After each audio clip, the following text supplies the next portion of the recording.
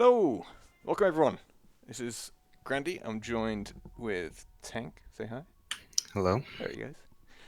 And we're here Mm-hmm. with the Sector's Edge Salvage Cup, the first of its kind, the first ever tournament we've ever done as well. So it's going to go completely smoothly, Indeed. right? Very much so. Yeah. 4 teams. Plenty of Mm, games. Good indeed. stuff. I can show the bracket actually on screen for you guys. So this is the vague plan for the evening. First on stream will be, I think that's cool, Inspirational Lords of Swag. I don't know if they chose that name or whether Vercidium Great chose that team for name. them. Yeah. Versus OCG. That'll be on stream first.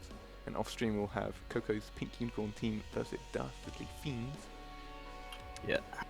And then we'll be going through the semi-finals and down to the losers and then to the grand finals. Oh, you're very quiet. Okay, let's fix that. It may just be that the sound from the music's too high, so I'll do that as well. Thank you, Foralux. Appreciate it. Oh yeah, we've got an Englishman and an Irishman. Yeah. What can go wrong? Exactly. We just need an actual Scot and a Welshman, and then we're all set. Yeah. Different setting, but yeah.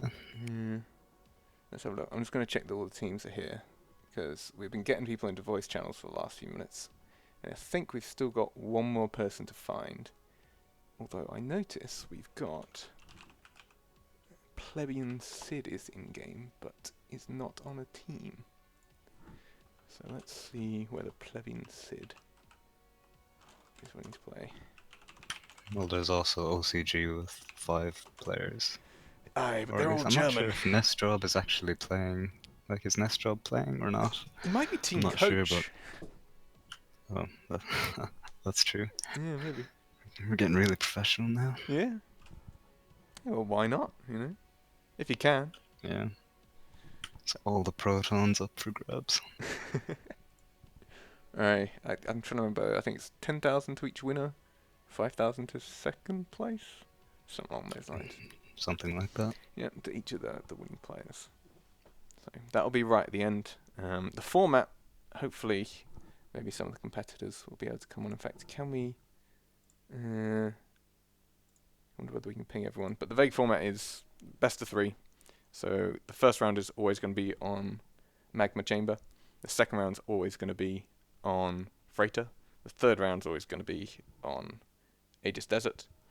And then I think the finals, we may do something different. Maybe a choice between the teams or something along those lines. But Yeah. yeah, Best of 5 with 1 map advantage. exactly. So. We don't want to do a bracket reset, but giving them 1 game advantage seems reasonable if we're doing best of 5. So Are we using Temple? Maybe. maybe. Yeah. There's Joby's replacement. Cool. Where's the webcams? You don't want to see us, mate. I mean, we're not in the same room, so it'll be kind of tricky. Do you even have a webcam? Not on hand, Not on hand. Right. unfortunately. Mine's No. not plugged in either, actually, which is quite rare. Yeah. It's hard to hear. You guys are really quiet. I mean, it shouldn't be. I mean, I can see my... Let me just check. I'm going to have to mute you for a second, Tank, just so I can go and check this. Because I want to make sure everything can be heard. Maybe it's just the balance. Let's have a look. Oh, I can hear myself just fine. Yeah, I've just opened the stream, so hopefully that's better than what it was. So yeah, I'm going to unmute you again. There you go. Wait, do you need to check my levels?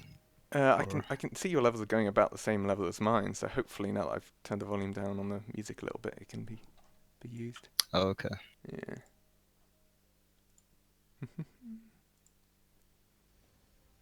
Yeah, so we just need 1 more for Coco's team, and I need to update all of these. So the cool Inspirational Lords of Swag are all here.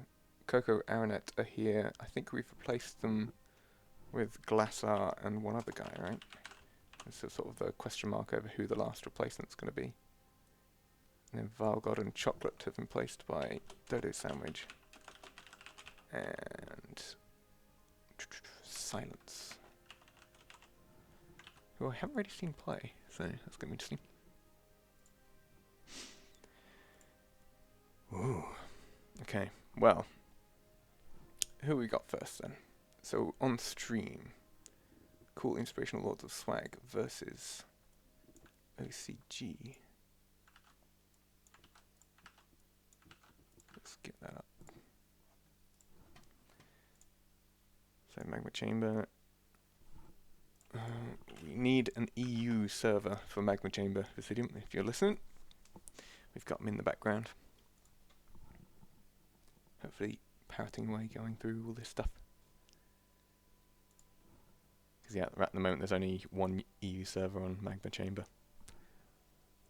Although I suppose I can join an EU server on another one. I think we can change the map, yeah. Yeah, let's see. /map. Yeah, I'll try that with abbreviation. the EU one. Right. Let's see. Magma Chamber set us next map. Is there any way to advance it, is the question. I think if you're listening to what's going on, you can probably tell that this is the first time we're ever using tournament-ish settings. It was very quickly done in the lead up to this so we could get the right players in the right places. But yeah. Let's see if Vercidium can do something about this. Just need to advance London 1 onto the next map. We will get our booties whooped. Those G guys not terribly confident, it looks like. But you know. They are fairly new to the game. So Well, we haven't seen them play, so should be interesting. Yeah, we've seen elements of them, but not actually as a team. And that's actually one thing to point out, is that none of these teams have played the game together with microphones before. Like, this is the first time. I don't think anybody has. Yeah. It's crazy. Where is plebeian?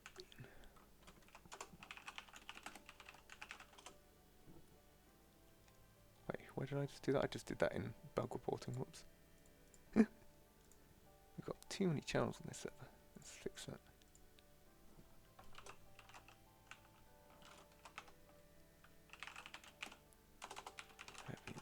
Because I think plebeian can be our final sub. If he is indeed around. I'm in favour of automatic win if we don't start now. I mean, you'd like that, wouldn't you? I mean, the only other option we have is to get Verk playing on this second server. So I don't think we've got any other subs around. Me. You. Yeah. You, Coco, Aranet, and Glassar. Yeah, well. Might need to reshuffle that, but Yeah, I'd prefer not to shuffle too much more. But that is what happens when 4 people don't turn up on the night, I guess. What is Vercidium doing right now? That's my question. He hasn't said anything. wait, but is Nest Job willing to play for the other team? Or one of their 5? Yeah, that's the point. They could join as a honorary member of Coco's team. Yeah. It'll probably be English chat, I imagine, but yeah. That way everyone gets to play. Indeed. That's great.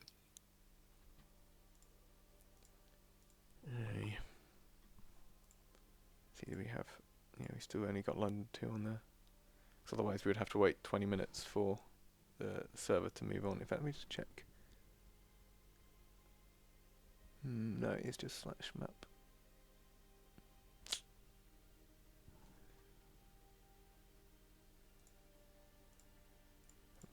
What was it? So 16 minutes on the countdown for the other server to come round. Our other option is to just play them on a different map. So these teams are Silos, OCG, right?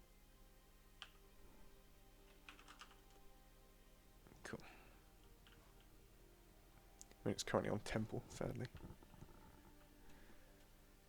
No.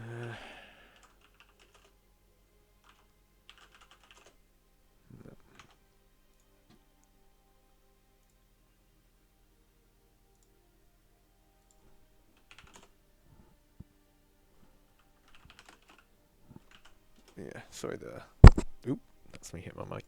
Sorry the chat's run a little bit dry. Just so happens we're the organisers and hosts. So it's kind of bound to happen that this could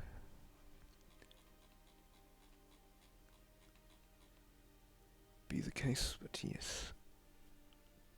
I've just pinged Vercidium to see whether he's actually around. I've shown Wait. he's...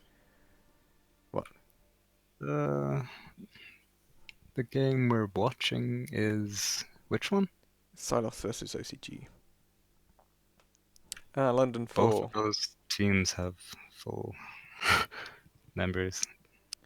So it's the other one. Okay. Mm. And the other question. Oh, we got UK London 4 is coming up. So I can do Silos OCG. Okay, well, Silos and OCG, Nice. please join London 4. That is the new server coming up for these guys. The other match is going on London 2, I think. And that is Coco's Pink Unicorn team and Dastardly Fiends. So, hopefully, once all the players join their teams, we can actually get on with it, which would be pretty awesome. Mm-hmm. Finally. Be nice. The only thing is that... actually, I guess Vercidium, you can just join on Coco's team for now. And you'll be on the other server, so that's good. And that way we've got full teams all around. So yeah, let's have a look at the next map. First map of the day, Magma Chamber. Don't know how many in the chat are new to the game. Hopefully we've got a mix of people around. But yeah, Magma Chamber is probably the smallest map we've got. Yeah, definitely the most with close quarter engagements. Most of the maps are pretty long range for fight. Yeah, it's interesting to see actually what weapons people end up using on a map like this when it's 4v4.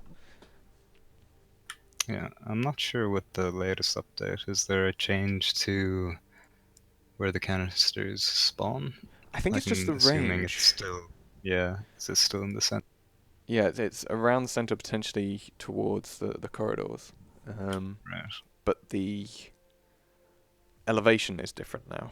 So not only is the capture radius wider, but it shows better across different floors. So it's like 10 up and 10 below, and it shows like 3 outlines in terms of where it hits blocks 10 and below and above. So he's stuck in spectator mode. That might well be correct. I'm not sure. Let's... I think I've got command /helix Jeff. Jeff not found. Is it capital? There we go. I forced him onto that team. So we've got 3 out of 4 on Aegis. In fact, I should technically be able to put a list of names on each of the teams, which would be cool. Let's see if this even works. It's going to be the first time trying this out.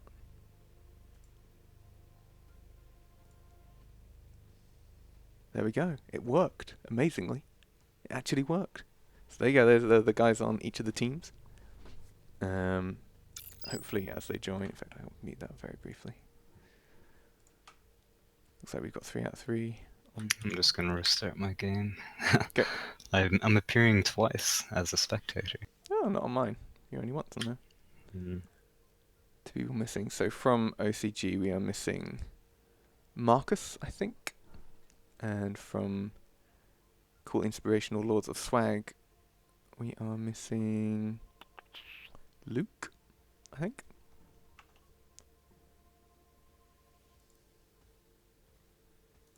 Taken by Cindy has just woken up. So, Vercidium, if you want to contact Taken by Cindy, they were meant to be on Dastardly Fiends, I think? No, they're on Coco's Pink Unicorn team. There you go. You found your fourth. Perfect. Let's see.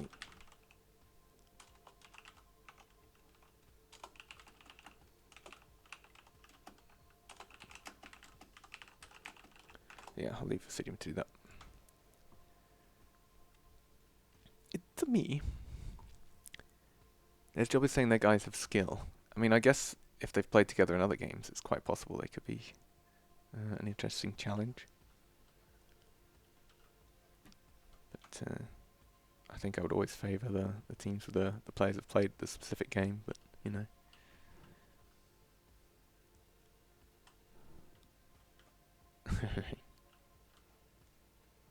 So yeah, we're waiting on...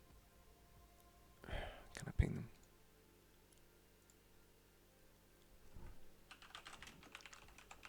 We're on London 4, correct? Yeah. And then we're waiting on...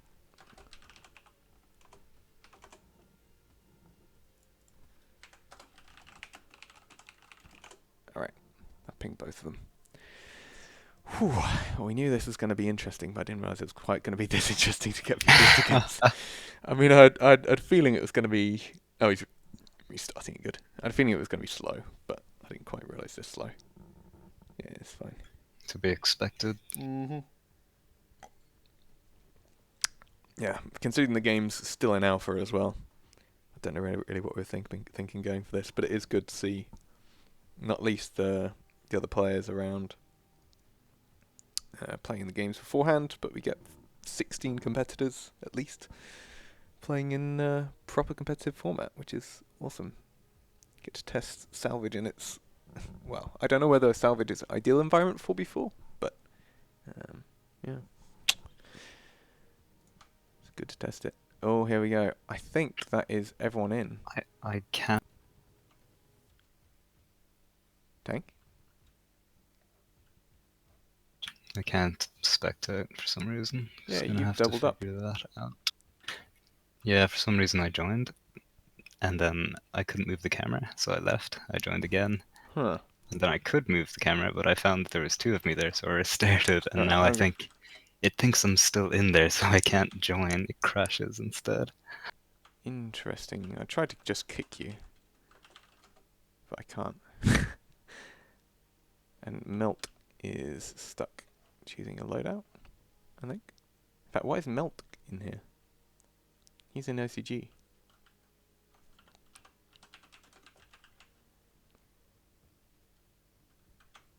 Yeah, I can't kick him either. Oh no, I just did. So yeah, we're waiting on, yeah, Markus. Oh no, wait. Oh, whoops, I just kicked him by accident. So Milk is... you're Milk.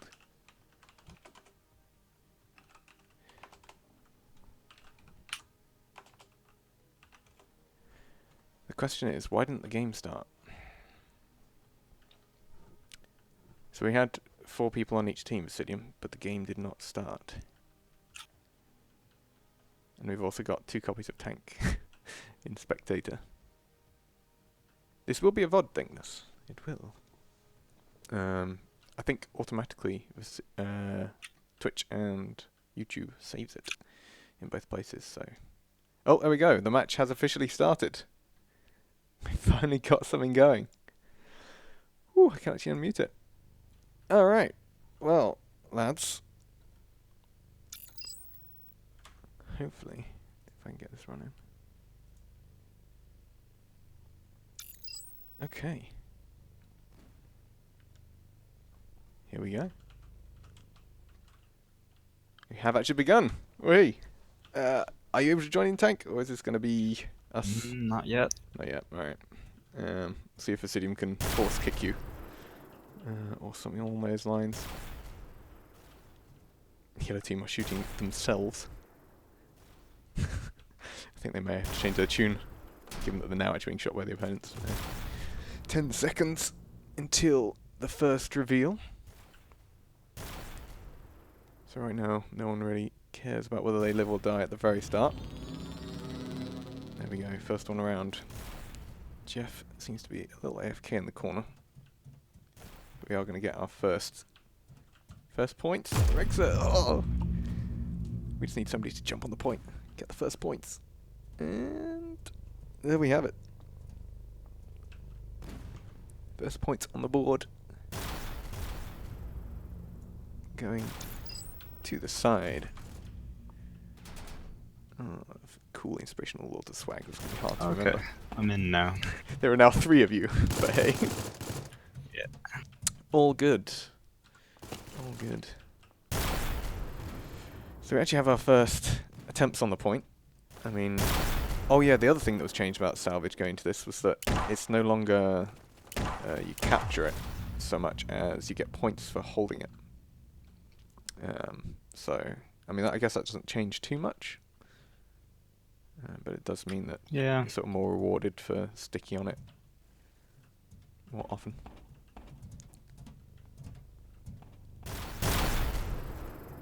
So let's have a look. So we've got Jen. What is he running? He's running the assault, which is pretty classic for him. Luke and Dink. And is that 3 railguns? Yeah, it's 3 railguns. Cool inspirational laws of swag, which honestly, at this point, when they're just trying to stop them at the choke points, it's not too bad. But when they start having to move, they're more unlikely going to be picked off, especially in close quarters, which this next canister most definitely is. Off in this side room.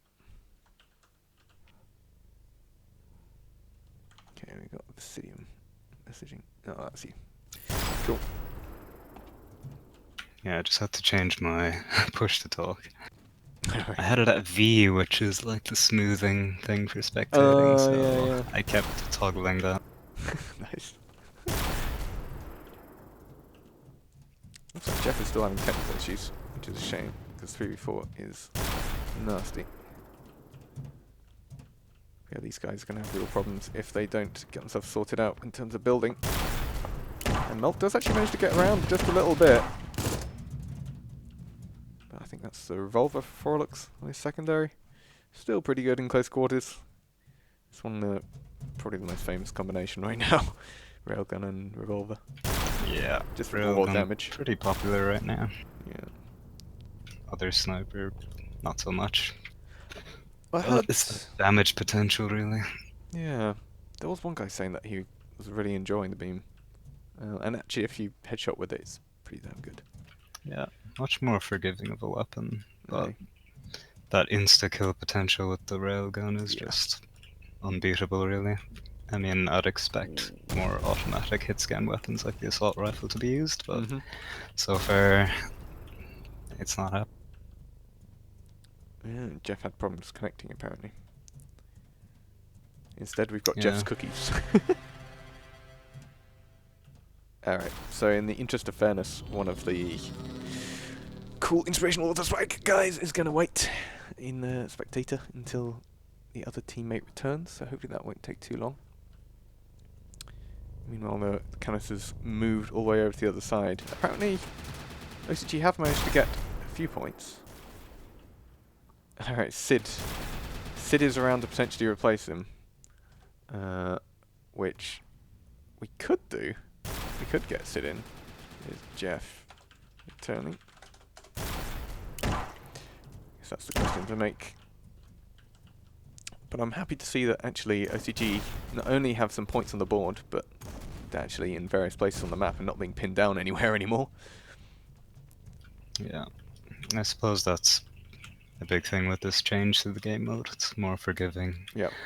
Both teams can get points from the capture point without having to actually capture the entire thing. Yep. Because before you just had to stay around and wait until it was actually captured and you get points. But now it's more of a gradual kind of thing. Which is going to be much better, I think. Like just having to sit around waiting for something to happen was a bit much. Oh, and actually the timing here coming out pretty well. 2 of them managing to get into the base at the same time. Rexa, don't see grenade launch happen very often. He takes out one though. Luke, Wow. SMG up close. Great fight right there. Great effort. but no loot, no life, just about holding on to this point. Yep, SMG, very close range. Milk. Oh, he's got the combat shotgun. Is it going to be enough? No, SMG again. Is he just going to take them out one by one? Couldn't get that shot off. Oh. Ah, he does get it. So yeah, OCG actually coming out with enough of a defense on this. Yeah, taking over the point now, but Yeah. it will be contested once again by Foralux. Kind of weaving his way around there. And there was a bunch of misses up close there. Yeah, Foralux barely surviving. Denk coming in for support there, Yeah. and it's going to be 2 men to take that point, and another respawn of the canister in the midsection. Lower down now, so that's interesting. Ooh. Yeah, and I'm just amazed that they actually managed to push that point with railguns. Yeah, Which, close quarters. yeah, I suppose, and also the SMG held out for quite a long time there, so I suppose it does make kind of a lot of sense. But right now, nobody's concentrating on the point at all. Jeff. Oh, live stands. I can't join, so I'm not in this round. So Plebeian could potentially join if he is around. Could get him in as a substitute, potentially. Yeah, if he comes back into spectate. Yeah. Do you want to give him a quick ping on Discord and tell him that we'd be able to do that? Sure. Oof! Tink! That was a great nade at the bottom there. And that's the other thing with the railgun is that you get, I think, 55 damage on body. So even if the grenade goes semi-close, you can probably then one-shot them afterwards. And that is a kill with the pistol. That doesn't happen very often. Jeffy using it to finish someone off. So while it is fairly hotly contested, Aegis is going to be the one to get a bit of control out. Melk's going to be the one coming around from the side though. Let's see, does he see Luke? He does. Ah, the SMG versus the LMG up close. No real chance. Will the SMG hold out against 2 though? It's being seen, and that is now OCG taking the point. But not very long without a bit of contest already. I think interesting. Great use of prefabs right here. Yeah. They made a wee box. Cover. Oh no, Rexa! Oh, you muppet. He dies in the magma. But yeah, I suppose that might be a bit of a problem when it's on this lower level. You could use grenades or TNT to get rid of some of the actual floors around it. Which would be a bit crazy. Melt getting in. Easily taking out. Gets one. Yeah. And it's going to be Aegis taking it once again. Is there, how much Back is and this? forth control here. Yeah. It's good. The question is, how much does it actually have left? It has quite a bit of its life left, to be honest. I think it's stayed contested for quite a bit of the time it's been here. Oh no, there it is. It's gone. I don't know whether my indicator was off or whether my viewing of it was, but hey. Upper level it goes. Oh, Jeff. Aegis getting most of those points anyway. OCG kind of staying in the game, but being a bit overwhelmed at the moment. And now back into another open area, so the railguns, you'd have to imagine, are going to reign supreme there. If there's no building, I think that's one of the main things for people who haven't played the game quite so much, is that against railguns you really do have to build a ton of cover. Whether that's just lining one of these walkways around the side with prefabs. Either that or changing your path, which on this map is actually pretty doable with all the flanking potential. Yeah, I mean, look at Jeff. Yeah. He's just sitting underneath it. I mean, I don't know whether he's able to contest it much, given that he's 1v3 in here. 1v2 at this point? Look at him, round the back. They're trying to come around from all sides right now. Oh, body shot though. Combat shotgun? No. Could have used a double barrel instead, I think, if that was his plan to go round. Jeff versus Rail Luke. and SMG combo is very strong. Ay, ay, ay. And we got 4v4 again! Way! Jeff managed to make it back in, which was awesome. Yeah, scoreline 240 to 70, more or less. Finally, we see a railgun coming out for a guy on OCG. It's taken a while for that to come. And even a beam rifle. What's going on? Oh, what's going on here? Jen coming around the back of cookies. That's one sniper gone.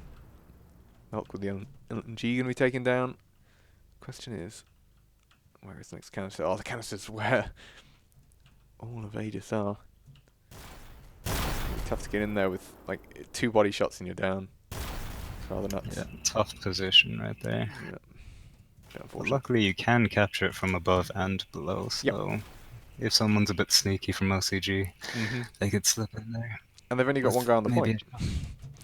Yeah. They left the other guys to roam and just try and kill everyone else before they reach there, which actually isn't a bad tactic. I'd prefer to have seen them sort of sit on top of the main chamber or around angles, just waiting for them instead. But cause it means that people like Jeff can get through to some degree before he gets caught in some gnarly crossfire. Yeah, confident player right now from the Aegis squad. Just kind of pushing up and leaving one player on the point, and you can't really blame them, they're very far ahead. Yeah, in fact I'm going to have a look at where's Jeff going to go. Thinks he knows all the angles are being looked at. Luke keeping his eye on the bottom way. So he's just stuck, which is not where the side wants to be. Milk looks like he's going around the back. It's taken him a while to get there. But maybe? I mean, he used to get to an upper floor before being able to do much with that position, but... Very wide flank. Yeah. Not a lot of time left on this point, though. No. So he's going to have to hurry up, but it's good strategy, though. He's got the communication coming out with us. Yeah, he's nearly there, and Jeff's cookies. Jeff is under, but goes down. Jen is low on health. Ooh. Maybe Milk can make this happen. Oh, no! Oh, after all that. Oh, dear. Well, it can happen. I suppose he did manage to get a bit of contest in there, but I think with 2 points left, I think this cap is 300. That is going to force the last 60 seconds. Oh, and I've turned the music off. Oh, no. I'm literally going to have to turn the music back on just for this. It's good music. Oh, okay, something's bugged out, unfortunately. But yeah, 41 seconds on the clock. That is game over. Which means the first score is going to be going over to cool, inspirational Lords of Swag. Yeah, this is a best of 3, so the next map is going to be Crashed Frighter. No, I believe. No, you stay on the same map per best of 3. Oh, it's per round rather than per game. Okay. Yeah. So round 2 it'll be a best of 3. We'd be switching maps, but I suppose not. So I'm actually going to type that in advance. That means when we get to the final second, here we go. End of game. So yeah, fairly convincing, but in the middle there it looked kind of doable. Yeah. Before it went to 4 per side, I think it was fairly doable.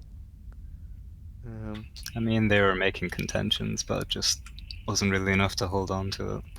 And if we're playing this map again, I think OCG can probably take a lot from that. I think if they just kind of group up more, reset, not go in one by one, they could have a much better chance, but they just keep getting picked off, unfortunately. Vercidium's asking whether we should change maps.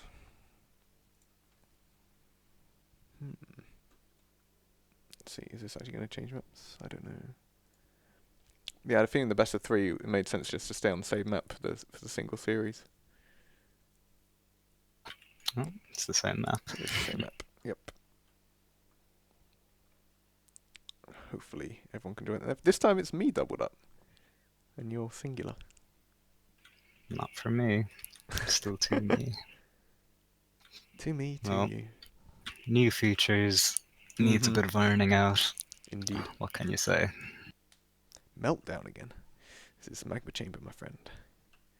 But yes, per series, it's on the same map. Because what it hopefully means is you try something for map 1, it works or it doesn't, so you can try something different on map 2.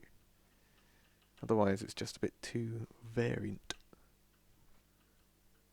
We'll see. Well, it's Oh, nice to have a variety map, but which, over the course of the tournament, they will get it. well,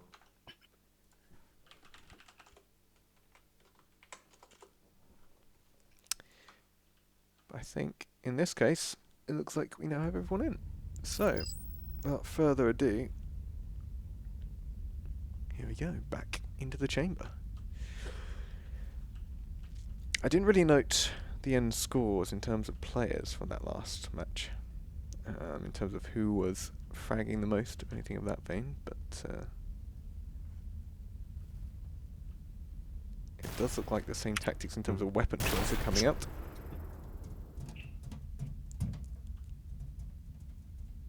Oh, how did Jen's on top of the map. Not sure how he managed to do that. I guess the pods at the start? Hard to say. Also, I've just realised that part of my overlay is slightly overlapping something I don't want it to, so I might have to try and fix that. But for now, it'll do. Jen's just going to be a sneaky boy up in the centre.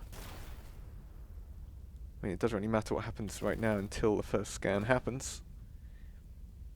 I guess I can get points for kills up until this point.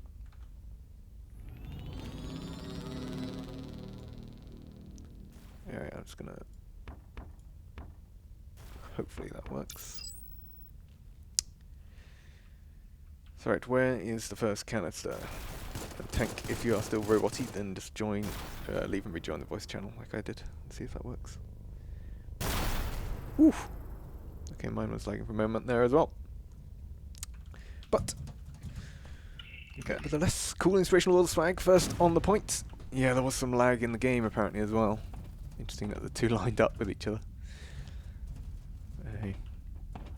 I do like the look of the fact that these three OCG players are actually semi-close together. They kind of need to wait a little bit, otherwise they can be picked off one by one. Oof. Jeff gets one, but his teammate on the other side gets taken down. And Melt versus three railguns, in fact. It's going to be a bloodbath. Getting in some damage, but the Aegis squad just have it locked down, right? Jeff coming in again. Yeah, he does not. He shouldn't be there. Like, with the amount of railguns looking at that point, he's got no chance. Even if he managed to C4 it or... If he waits for the rest of his team, then... Yeah? Could be good, but... Now there's two of them. Oh, there we go. They get one. There's an opening. Yeah, Rex are going See through. what they can do. Oof. Ouch. It's a sneaky spot from Jen. 2v2 on the site right now. Yep. Got my eye on it. Jeff Bit coming of in a with... flank there from Jeff. Let's see if he can get this. Oh, he does. Gets one. I think that last shot must have landed pretty much all the pellets. Foralux, he's got shielding.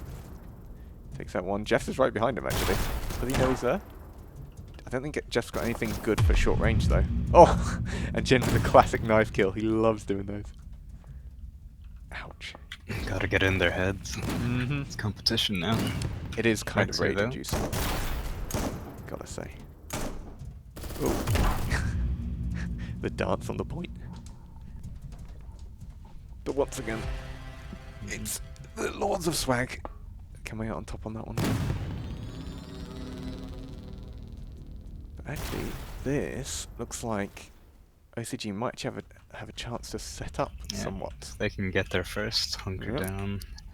Maybe they can hold on to it this time. I did like their approach to trying to retake that, though. They were coming in groups rather than one by one. Yep.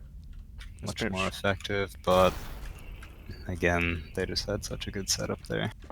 And now we see the wall coming up. Where he's imprisoning himself in that corner, which I'm not sure how good that is when there's a number of throwables. In fact, there you go, Jen's throwing his nade in, and Jeff's just sitting on it like an egg.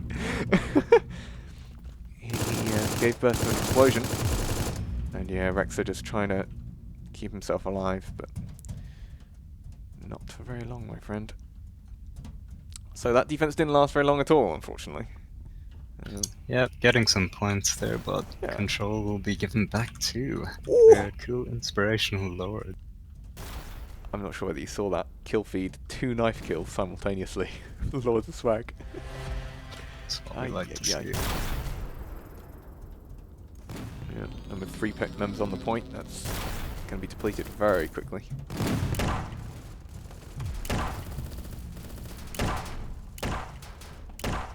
Yeah, you can just see the way that Lord Swag are actually grouping up pretty well. They're kind of going in twos, which is more, I think, when it's this size of team, it's more what you want to see.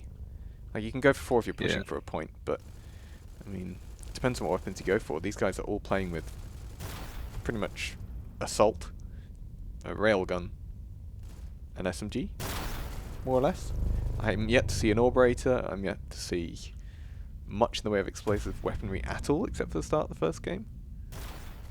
So yeah, you'd like to see more creativity, but right now the meta seems to be that rail and SMG combo with no adjustment. But that is true. If they brought out the Orberator rocket launchers, just more explosives, they could probably do a lot more damage, open up the canister area a lot more, and take control. even if it's just one guy. They haven't really caught on to that yet. Yeah. Yeah. Because I think in an ideal world, you'll definitely want somebody with the Orberator on your team most of the time, I think. And maybe even somebody with reinforced blocks. Depending on whether the other team starts doing that as well. True. Haven't really seen reinforced blocks used very much at all. No. In the past few months anyway, but yeah, they're definitely a lot more useful. On this map, if somebody starts bringing out explosives and the point starts getting really cluttered, it's kind of useful. I've been thinking about that quite a bit. Yeah, this map, it seems to help quite a bit. But hey, at least this one's getting some action from both teams. Yeah, better approach from OCG in this game. But once again, Aegis just ahead right now. It's kind of what we expected, as the OCG guys are unknown. But yeah. Yeah, I feel like, oof, that's a good spawn for OCG actually. 2 members both there, both of them low though. I think it's going to be coming up. Jeff just made a wee little bunker. Another knife kill. Yeah. Jen running in for that. As he does. Surviving on a sliver, but he gets it. What is Jeff doing? It's just too many people on the site right now. Yeah. The question is, who's getting the points here? Is Jeff actually gaining points for being in there? I'm not sure he is. I think you have to have a majority on the point to actually gain points. But it is interesting that no one's expecting it. Just sitting there, isn't he? Yeah. Oh, he's coming out. Foralux. Not expecting this. And the SMG goes through. Taking control now. All by himself. Jeff's cookies. But he gets found out, unfortunately. That's the thing when you start controlling this middle capsule area. The top of it is a great vantage point, pretty much all around. Yeah. And actually... That was a good idea anyway, but I would have liked to see him just wait there, and then for his three teammates to group up. And if they all came together, then he could probably just get them in the back, but didn't happen. Indeed. For a moment there, actually the fact that they all died so quickly... Foralux getting a knife kill as well. The fact they all died so quickly meant that OCG were quite well grouped up on this left-hand side. And it does look like they've got 2 together. Are they going to wait for a third, or are they just going to go? I think they're just going to go. Damage onto Milk. I mean, they've got to get on this point. If this point is captured... They really are all together now, so this should be good. Yeah. Back in the side room, they get the first opening kill. Back and forth. Yeah, Foralux I think trying a knife, and Jeff gets it! Taste their own medicine for a moment there. Jeff's cookies versus Denk. Oh, Denk managed to get it. How much has this point got left? Jeff can get this. He can, if he can just if he can build his way up. Yeah, yeah, he does get onto the point. Hopefully he doesn't run into his own nade. Combat shotgun up close. And Jeff gets taken down. I'm not sure whether there's enough time. I mean, they are again, because the wipe is so quick, they are coming in waves once more. But at this point, Aegis are all grouped up themselves, which is going to be tough. see what's going on. Luke versus No, Jeff. finding a bit of an opening here, but gets hit by Foralux jumping with that railgun. Finishes him off with the pistol. Yeah, an unfortunate And spawn. that's another canister for Aegis. Yep. Only 17 points left. Which, I mean, is there anyone from OCG around here? 3 of them are grouping up. See, only one of them is visible around here. 2 of them are fighting in the side rooms. Yeah, they need to all be in one place. Meld's still here. There he is. And Knife! They went for it. To be honest, up that close, you can kind of get away with it. But hey, that is going to be game number 2 over and done with between these two teams. Unfortunate for OCG, they're going to be taken down to the lower bracket. But Yeah. they will play on Freighter next. Whoever loses the other game. Maybe... Oh, Vercidium has actually gone and joined the other voice channel. So we'll have to find out in a moment as to who they're going to be facing, as well as who we're going to be facing in the... I guess it'll be the semi-final? Yes. Yeah. Upper bracket. Mm-hmm. Well, it's like the upper bracket final. Yeah. I guess you could say. Indeed. And who knows, OCG could beat out the other team who will go down to the lower bracket. We don't know at this point. Yeah, as for now, that is game over for OCG and the, I always forget the name, cool Inspirational Lord of Swag. 2-0 final scores. Congratulations to GG. them. Indeed. There is the scoreboard. 20 kills, 4 deaths for Tank. Yikes. And the rest of them still positive KD. And yeah. That's what happens when you have guys used to the game versus guys not used to. But at least they still managed to get points on the boards. And I think they were slowly learning. I think it's certainly better second game for them. Better approach in the second game, but similar outcome, unfortunately. Wasn't meant to be today. And yeah, experience just too strong right now. Indeed. So, let us go back to the bracket, and I can put the music back on actually. Let's get in this. Alrighty. So, we need the results from the other game, is what we need. So, results from other game. And I will update the brackets. So that is a 2-0 win. Cool Inspirational. So hopefully, there you go. You get the bracket updated real time. There you have it. Alright, so yeah, next map will be on Freighter. And so, actually I'm thinking... I've got to get these teams at...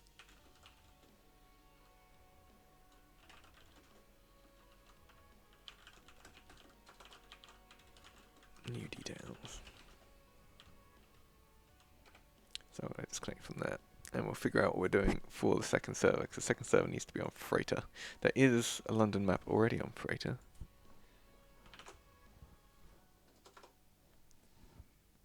So we'll see if that happens. I think the other server is still playing right now. In fact, if they are, let's join in. Let's join in on the other server, why not? Yep, they're still playing. So let's do that. Why not? Much closer game here.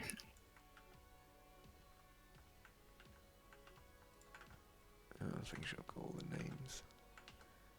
Oh, I've done it wrong. Oh well. I don't know what the score is here, so I'm just going to leave that blank for now. But yeah, let's get in game and have a look at what's going on here. So these are... In fact, I need to mute the music as well. Whoops. There we go. So these two teams, Aranet, Coco, Vercidium and Glassar. Actually, that's a pretty good team. But it's very close. deWolf is huge in score. Yeah. utterly huge. So it's going to be interesting to see what he's up and doing. But yeah, very close match. I presume this is the second or third.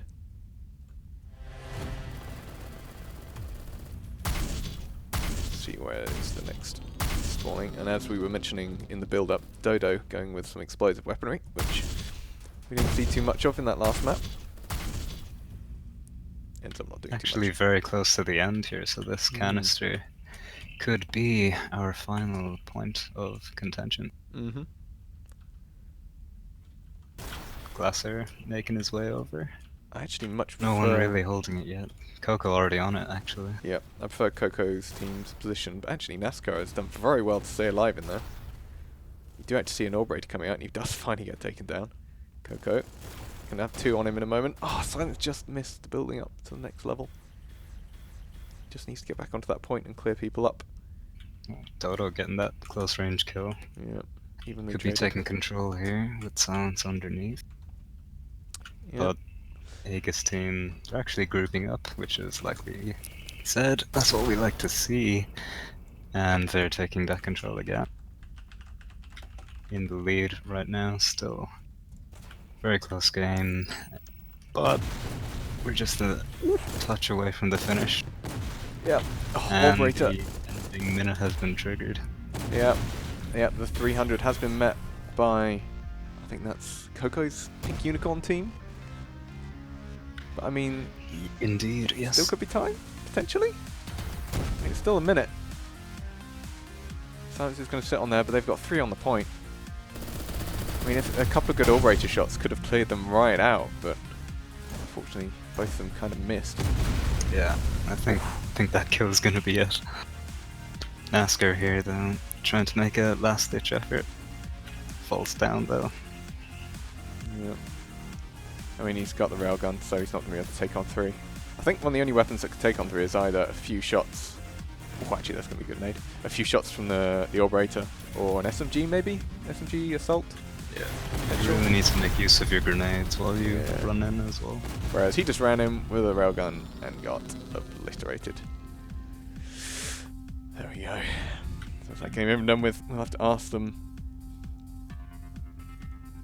Not sure which game this was, but you'd have to assume game 2 or 3 perhaps.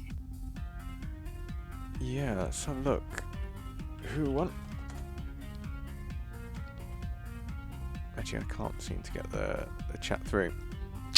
Fortunately. I'm going to have to check because if... I mean, Dastardly Fiends is Helix and they lost that map, and yet he's saying that they already won. Freighter. I'm getting all the maps wrong. Anyway, right, let's go back to the music. Where are the scores, lads?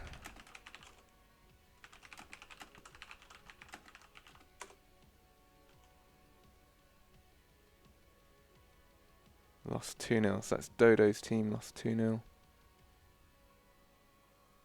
So, yeah, so Dastardly Fiends lost 2-0, that makes sense. I'll put that on. So Coco's team beating out Dastardly Fiends quite nicely.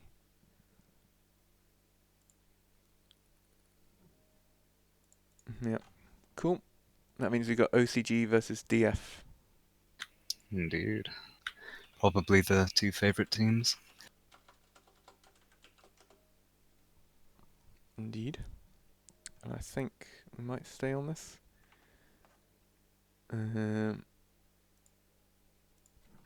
Silos DF, nope. It's OCG DF. They lost.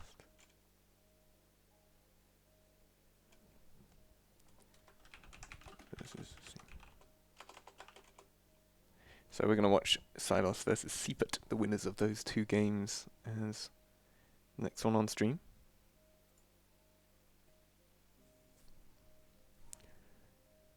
And out of those 2, I think that's actually going to be a very good game. I could actually, I could see these 2, one of them being knocked down to the lower and being the same final again potentially. Although those Dastardly Fiends might have something to say about it. Yeah, I'm just going to wait to see what Vercidium has up on his sleeve for showing this. If there's anyone in the chat that is intrigued by what they're seeing, wants to know more, download link. It's a free-to-play game. It is right now. It's in alpha, or pre-alpha, technically, I suppose. Has been for the last year and a half. But it's slowly going towards Steam Early Access, which is the next port of call. And then, yeah, officially released after that. But who knows how long that's going to take. They want to get it right. Much more important than getting out quick. But okay. Let's have a look what we're doing in-game. So Soltrium Temple, there is UK London 4. I'll set up UK London 4 for there. So I'll see it.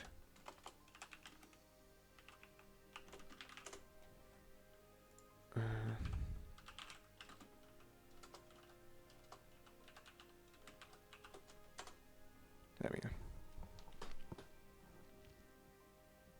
So yeah, UK London 4 for Silos versus Seaput. And I think Silos becomes team on Aegis. And Seaput becomes Helix. So let's get these. In fact, I haven't even named them correctly in my reanimation doodad. Okay. Alright, so let's have a look at the next map.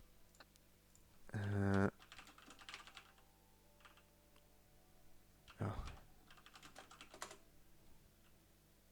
Let's see whether that works.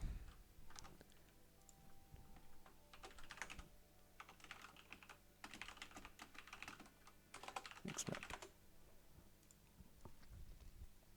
And yes, let's get a little preview of what this map looks like. For any of you that may not be familiar with it. Thank you, still around? Yeah, he is still here. He's keeping up with this chat on Discord. Yeah, so all kinds of messages going around.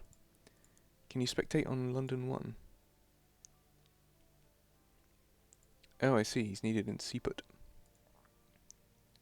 Let's have a quick look what's going on in Seaput.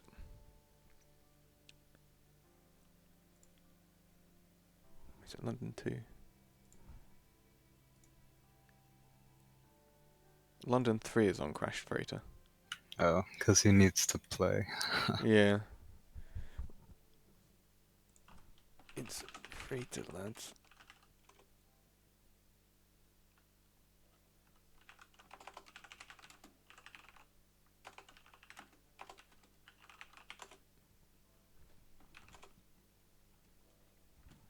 Goodness sakes. I think everything may be clearer if we just show the brackets as to who's playing who. People should know by now. But hey, let me just remind everyone.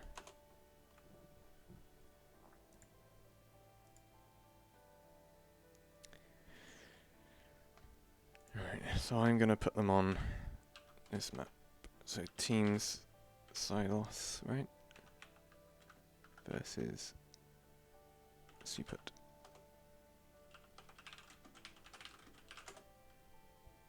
There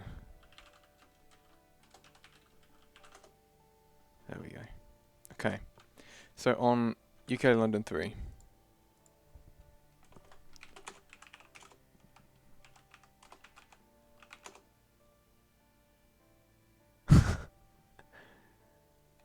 I'm just going to drag him. Oh, can I drag him? I can't drag him.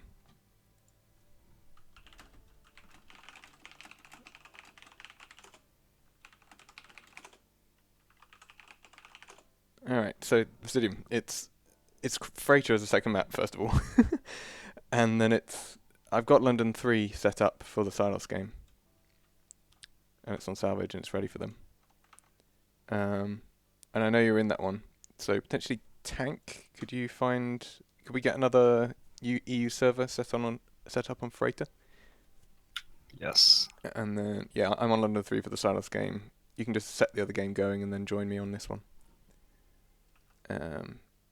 So yeah, if you're able to move one of the other London servers onto Freighter, Vercidium, and then Tank will join that and set that up for OCG versus DF. And then we're good to go, I think.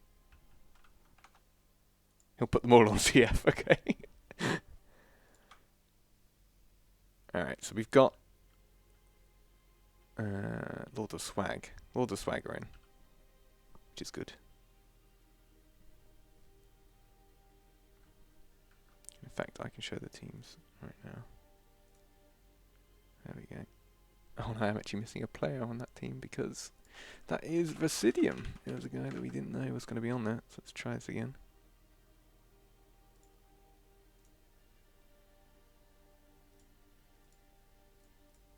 Hopefully this will pick it up this time. There we go. Yep. Let's put in UK3. Have we got other servers up yet for the Crash Freighter Tank? Not yet. Okay. Still need to get the servers on that map. Yeah. Does look like Silas and Seaport are coming to the right server though, thankfully. And we'll need Vercidium to join in this one as well. On UK London 3. Whew. So yeah, the map after this is going to be desert. So that's also going to be the map for the lower bracket. Round 2.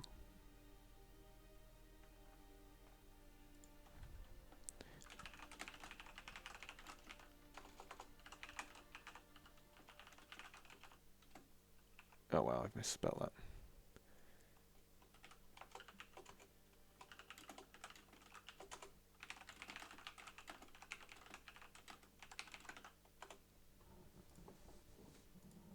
You restarted 3 as well, apparently.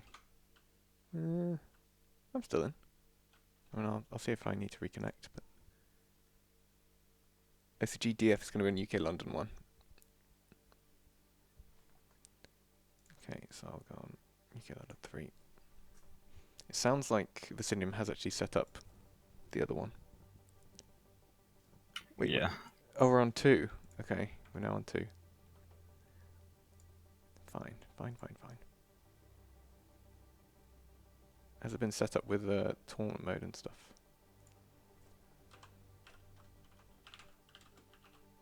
So that's stupid. Alright, I've set tournament mode on. For UK London 2. So UK London 2 is Silas Seaput, UK London 1 is OCGDF. Jolly good. We finally got there. Yeah, suffice to say we need something a bit more flexible next time, I think.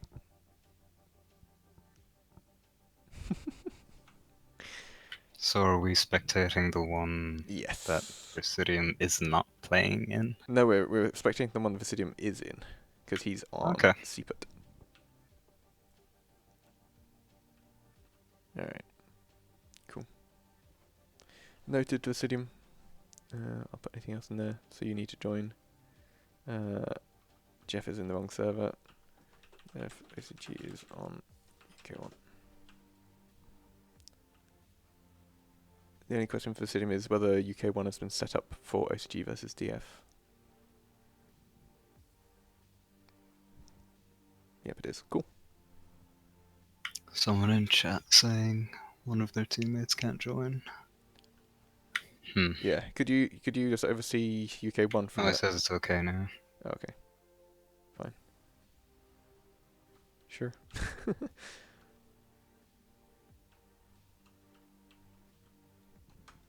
We're missing 2 players. Vercidium needs to join in, and who's the other guy? Glassar, I think? Yeah, I was waiting on Glassar.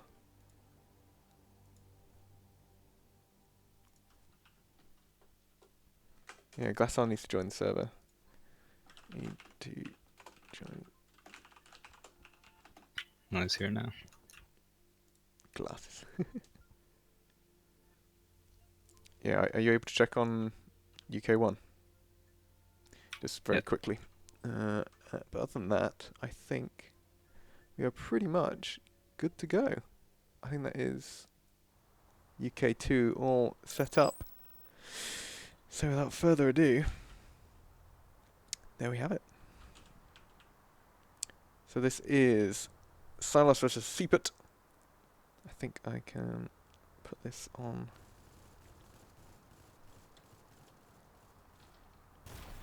There we go. Oh yeah, I still need to move that down. Yeah, the other match is going. Awesome. Well, you haven't missed much so far, just a couple of opening frags. Nobody's collected any of the ammo packs yet, so it's actually no score at all. But hey, at least we're in. I think I've got the teams the right way around. So we've got the cool Inspirational Order swag on Aegis, and Coco's Pink Unicorn team on Helix. And in fact, I am fully expecting this to be a very close game. Same. Yeah, both teams very good, and even we're already seeing Seeput around this side waiting for this canister spawn, and there it goes. So it's actually on the side they've all grouped on. Denk is just going to try and get some kind of angle over top, I think. Aranet covering the top. Wildly out grenade. I do like the way that Aegis are already covering a couple of angles. Very close to those big explosive cans. We'll have to see if we can get any kills with that. Yep. Should be interesting, and there we have it, some damage. Yeah, I think Vercidium damaged his own players a little bit there. I understand why he destroyed the canisters early, but so much action on the point. God love it. Vercidium just trying to stay alive. And ends up just jumping straight into the path of the guy he was trying to avoid. Coco takes out one. Luke's still on the point. Who's the sniper? Looks like it's from Coco's team. So he's alright for a moment. Ends up getting taken out though with no support. Yeah, very even start. Good to see.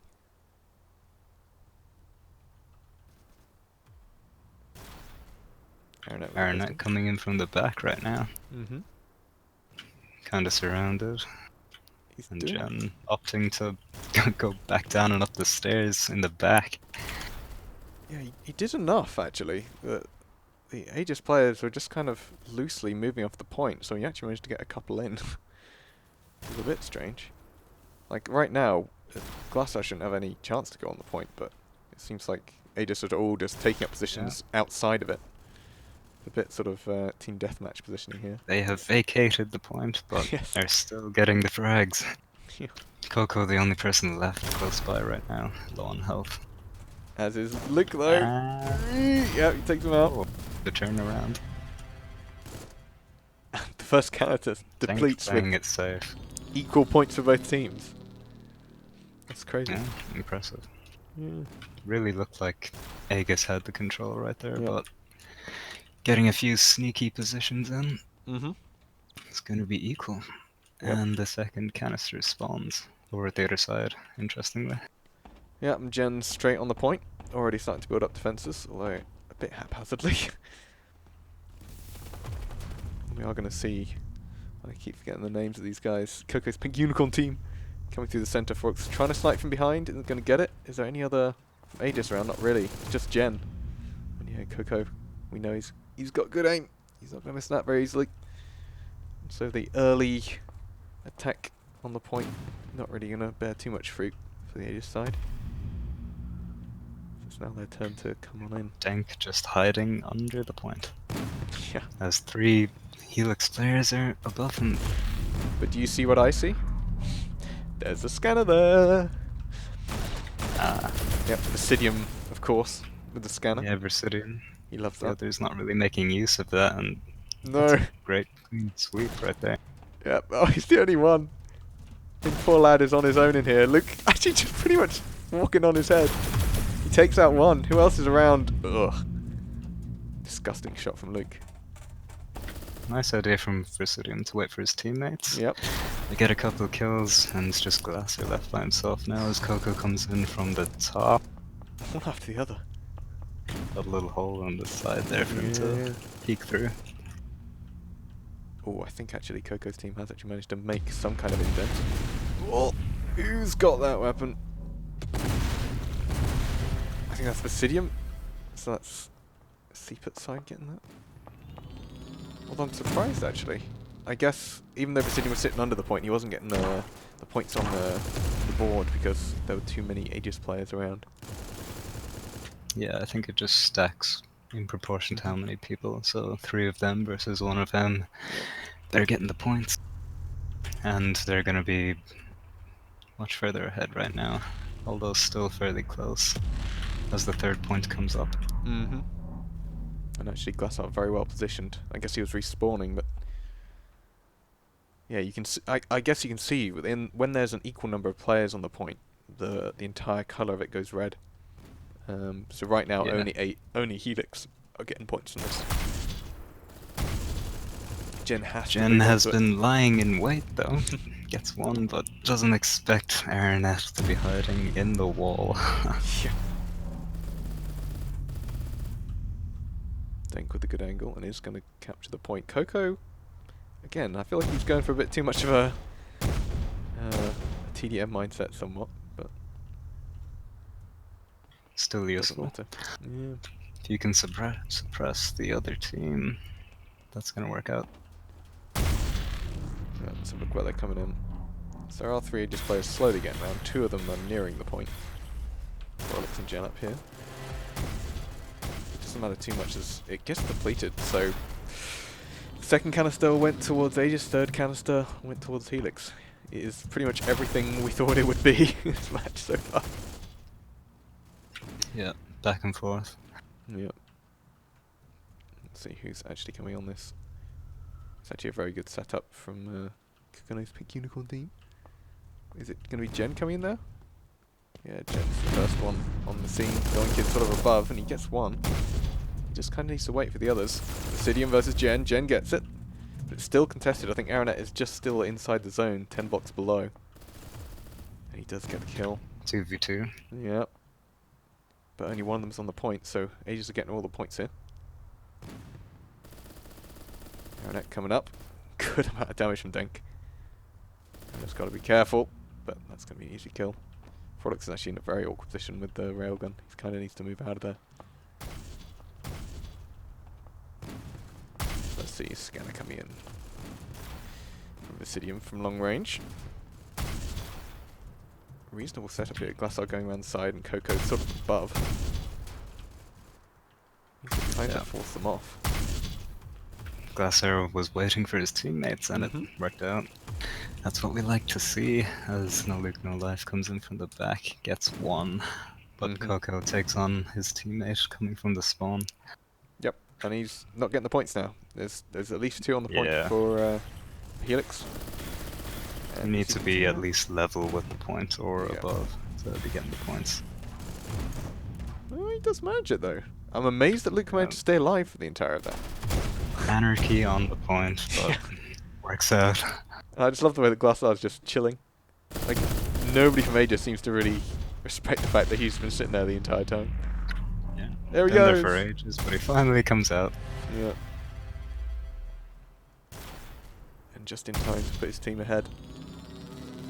Yeah, it seems like Aegis had the control for a lot of that time, but Helix with a slight lead right now. Indeed. I mean, Helix were further back on the map for a fair while there. In fact, that's a great grenade. Yeah, Foralux just having to run. Glassar's following up though, and against the railgun. If you miss, you die. At least Aranet almost getting killed. I don't know how it didn't get killed at all. But Jen knew where he was because of the scanner. Question is, which team is going to back them up first? I think both Jen and Aranet are just sitting in craters hoping just that waiting for the Jen. Yeah. But it's further up the map. It's good from Glassar to be on the point, but he's completely ignoring the fact that his teammate's being mushed in the back by Jen, and it's individually taken out. Jen making use of that health regeneration with the pawn. He does like and doing they take that. control. he's fine to just sit in a hole for a little bit if it means that he gets his health back, which when it's 1v1 on the point is fine, but did mean that he did lose out on some points initially, which is why Helix are actually quite far ahead at this point. But only halfway through in time, over halfway through in points, though. Just about. Yeah, that middle point, it's a lot more about the aim duels. Can't really weave around, be sneaky, so makes sense. Helix coming out on top. Clever from Vercidium.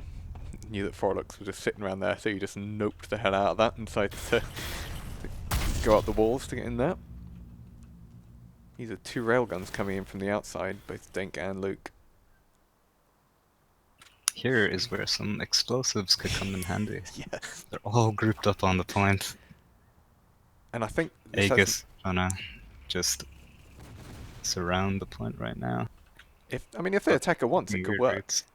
It could work, but Yeah. Jin's too far away right now. Dink's going to do what he can, but doesn't matter. Too late. Too late. Shame. I mean, he managed to get them in the end. Actually, that was very good from him. He kind of just landed on them with the knife. But hey. Quite a decent lead. Coming out for Coco's uniform team.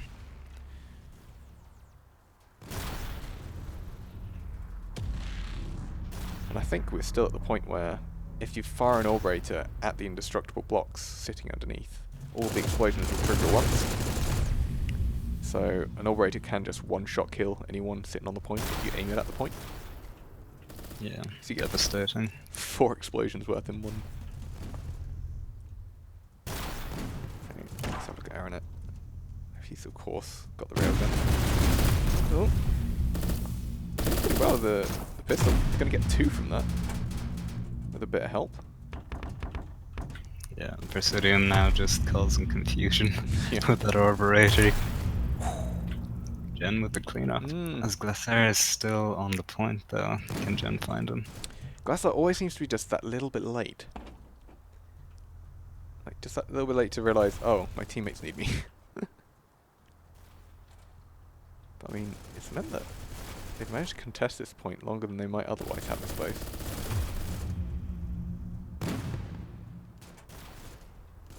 Final cleanup. Coco managed to stay alive. Coco and Aranet are the ones going to come and pressure this. They're both on pretty low health. Yep, and that's going to be the point. It's a little bit of catch up for the Lords of Swag. Yeah, it's still anyone's game right now, but Aranet, really the only person in sight right as his teammates come in to help him. Aegis pretty far away right now. Denk coming from the other side of the map, really. Probably gonna catch them off guard if he can get. Misses a shot on Glassar, but his teammate goes down for that actually. He's gonna get it eventually. As Vercidium is right below him. Will they expect this? Yeah, it was actually pretty good positioning for Helix. I like the way that they had a couple people up top just ready for any Aegis players coming in. The problem is now that Coco's just a bit slow to back them up. And so it's 2v1 on the point. Aranet needs to get a kill on Denk. He can't just stay there. Just trying to contest the point right now is Aranet. Yep. Biding his time, waiting for Coco. Gets that knife kill actually. He's like, hey friend. Oh no, Foralux. I mean, that's one way. I mean, that wasn't the way I was expecting for the point to be cleaned out, but sure. Why not?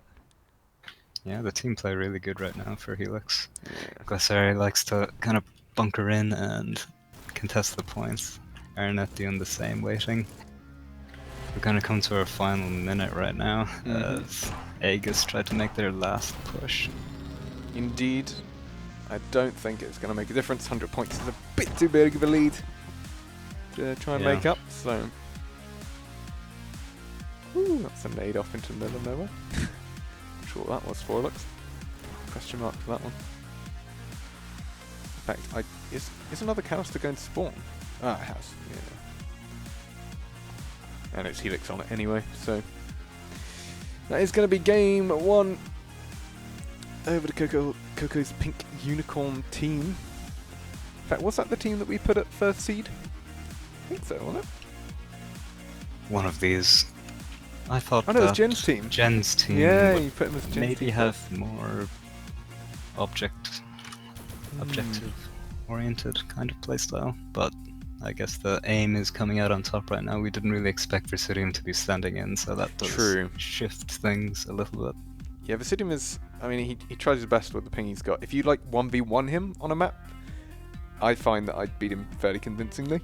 But when you start putting him in team games, I seem to find myself getting killed by him quite a bit. So like, it's an interesting balance. He just seems to, as you mentioned earlier, just cause a massive confusion. Yeah, makes the best use out of prefabs as well, which I think a lot of people don't really go for. Yeah. I can't actually do Slash Map right now. I can't chat in there, but it's Question Frader again. Hopefully, if these guys haven't. Oh, they moved it.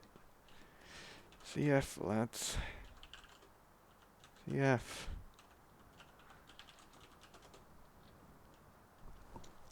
Stay on the same map. I changed to AD. Well, you're a Muppet then. I don't like same map 3 times in a row. Oh, come on, Verk. Means people try different things each map. Yeah. Anyway, I'm going to put it back onto the bracket screen. I'm not sure how the other map is doing right now. OCG versus Dastardly Fiends. I would imagine Dastardly Fiends have the upper hand on that.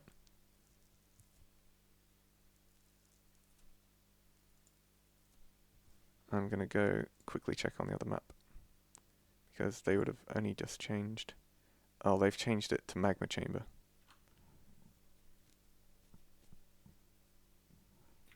It seems that DF won the first map. Mm-hmm. I'm going to quickly check on them. And we'll see what comes across. I'll put some music on for you guys watching the stream for now, just as we figure out what's going on here. So they've changed back to...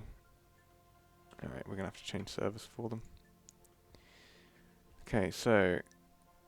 Crash Freighter, there is UK London 3.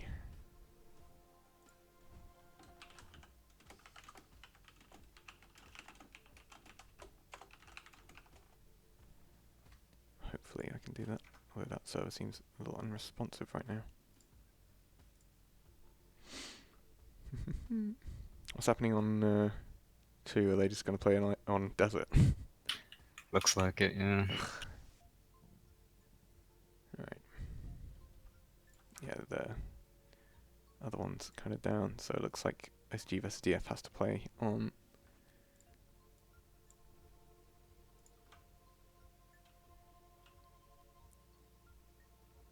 Alright.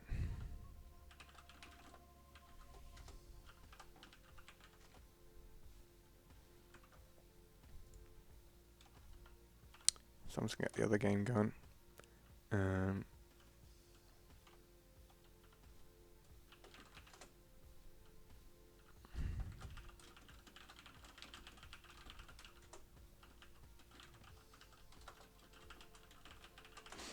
Have they started?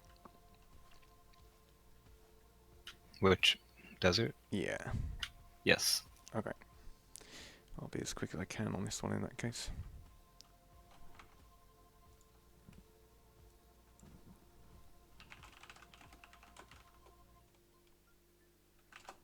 Actually, I suppose we do have desert servers, right?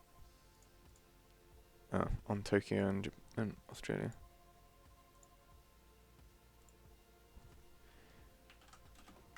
We need a desert server.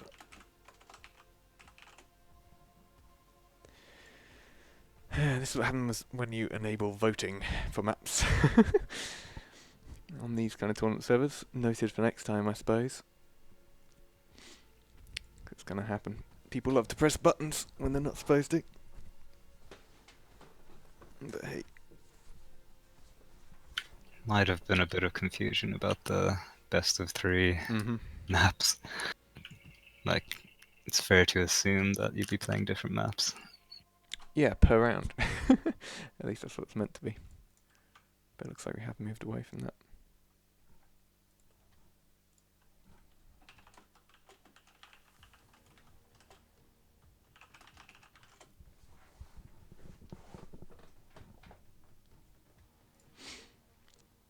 But yeah, for now, yeah, you guys are busy doing this thing.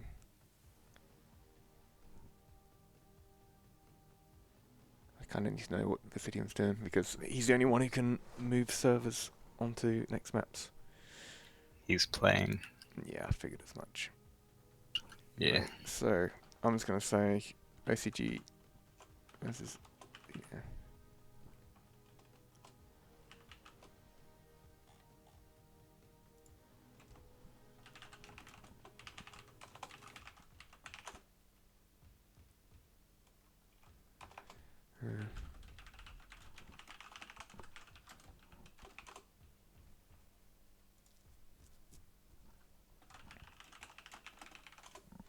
Cool, and I will join back into your game.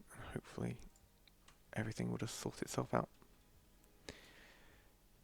So yes, we are going to be on Desert. Which, I mean, you've already started seeing the first 5 minutes of this game, so what has it been like so far, man? Fairly equal, but now the team with Coco and Vercidium pulling ahead a little bit right now. Well, I am in game, so we can now see what's going on. Nice. Yeah. See a 105 to 70. Familiar scoreline. Pretty close to that in the previous one. Pretty even. Mm-hmm. But I think still a slight edge for the Helix guys. Let's have a look. Yeah, Aranet, Coco, Vercidium. I think that is a pretty damn good trio. Aranet, we know, is exceptionally good with his sniping. He's been proved that with his stats so far in the game's history. Which on a map like this, you can snipe from quite a few places. And when it's always in the centre, you can kind of either sit on the top and hope for the best, or find somewhere far away and move around from that. Yeah, especially this map really favors the snipers as we see the kill feed coming in there, but Coco likes the assault rifle a lot more, that hit scan. Loving that, getting double kill with that. And Helix with control right now. Dink can't really do anything, waiting for that health regen, but Coco's gonna hunt him down. There we go. Just updated the scoreboard so you guys can see what the series score is. Jen just tried to... I think there was one guy from Aegis sitting under the point for a while, but there was always two on top, so the points were always going over onto Coco's team. There's a nice grenade. Mm-hmm. Gives him a chance. Luke has just a sniper. He does see him. Go for the knife. Oh, Glassar. He had the SMG. Coming out on top. Yep. And for brief similar strats from him as the last map as well, just bunkering in there, waiting, biding his time. Foralux trying to come in with a flank right now, though, but Aranet's probably going to catch that. Yep. I mean, Jen isn't actually doing anything right now. There isn't a contest, there isn't anything when it's more than 1 versus 1. Problem is that his team isn't really doing much to help him. But I think at that point you just have to kind of try and pick people off where you can. Sitting there is not too much of an option. Go for a flank, maybe. And also I would like to see more explosives. Vercidium's got the right idea, but he's the one defending rather than attacking. So see, Coco getting the best. Jen. I mean, Jen's very well versed in the assault rifle as well, so interesting to see Coco getting on top.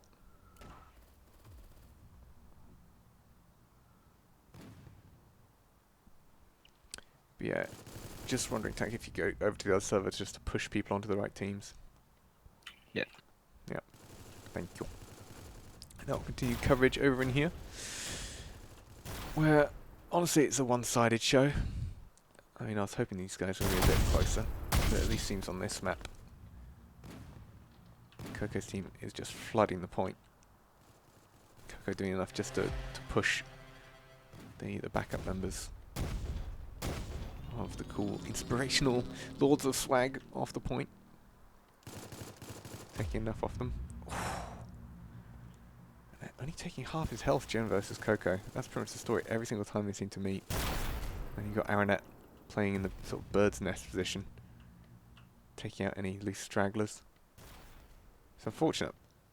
It's a very good combination actually for the two of them. And even Glassar getting his work done. So yeah, this game I think is going to be over very, very quickly. Interesting just how different the dynamic is on desert versus a map like Temple? Freighter.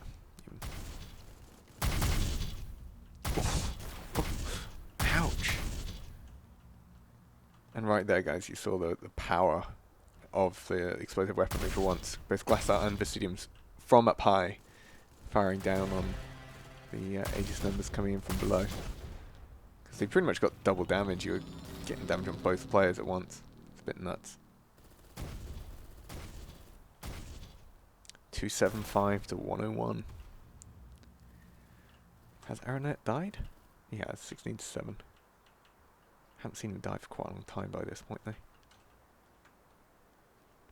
And yeah, the moment these things spawn, Helix just able to pivot round quite easily. I think that means that the capture point limit is probably going to be reached sometime soon. Last map was 300 to 200, this one 300 to 100. Oof. Final countdown has been initiated. So yeah, a very convincing victory this time. I guess it means that on a map like this it's more a long range battle than a short range one. It can be worked around a little bit by using cover. Vercidium is one who's great at doing that, but he hasn't really had to use it so much given that he's been on the defensive pretty much the entire time. So yes, we shall see what these players choose going in to the final. But it does mean that Coco's team will have to wait a little while,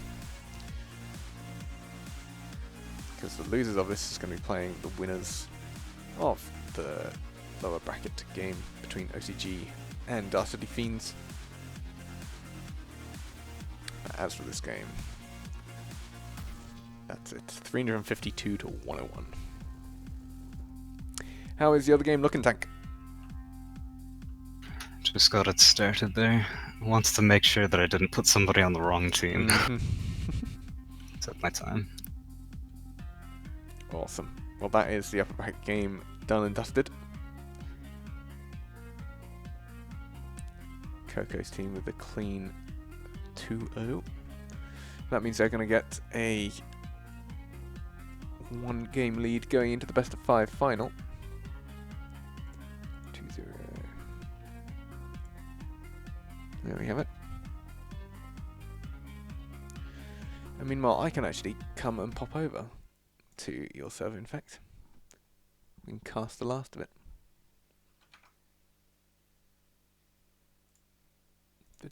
Oops, disconnect.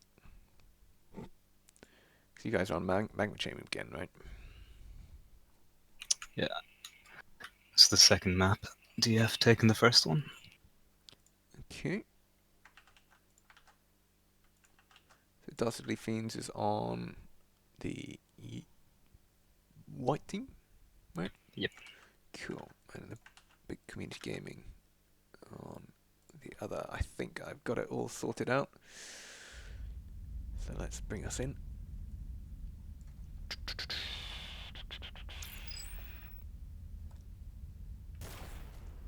There we go. Alright.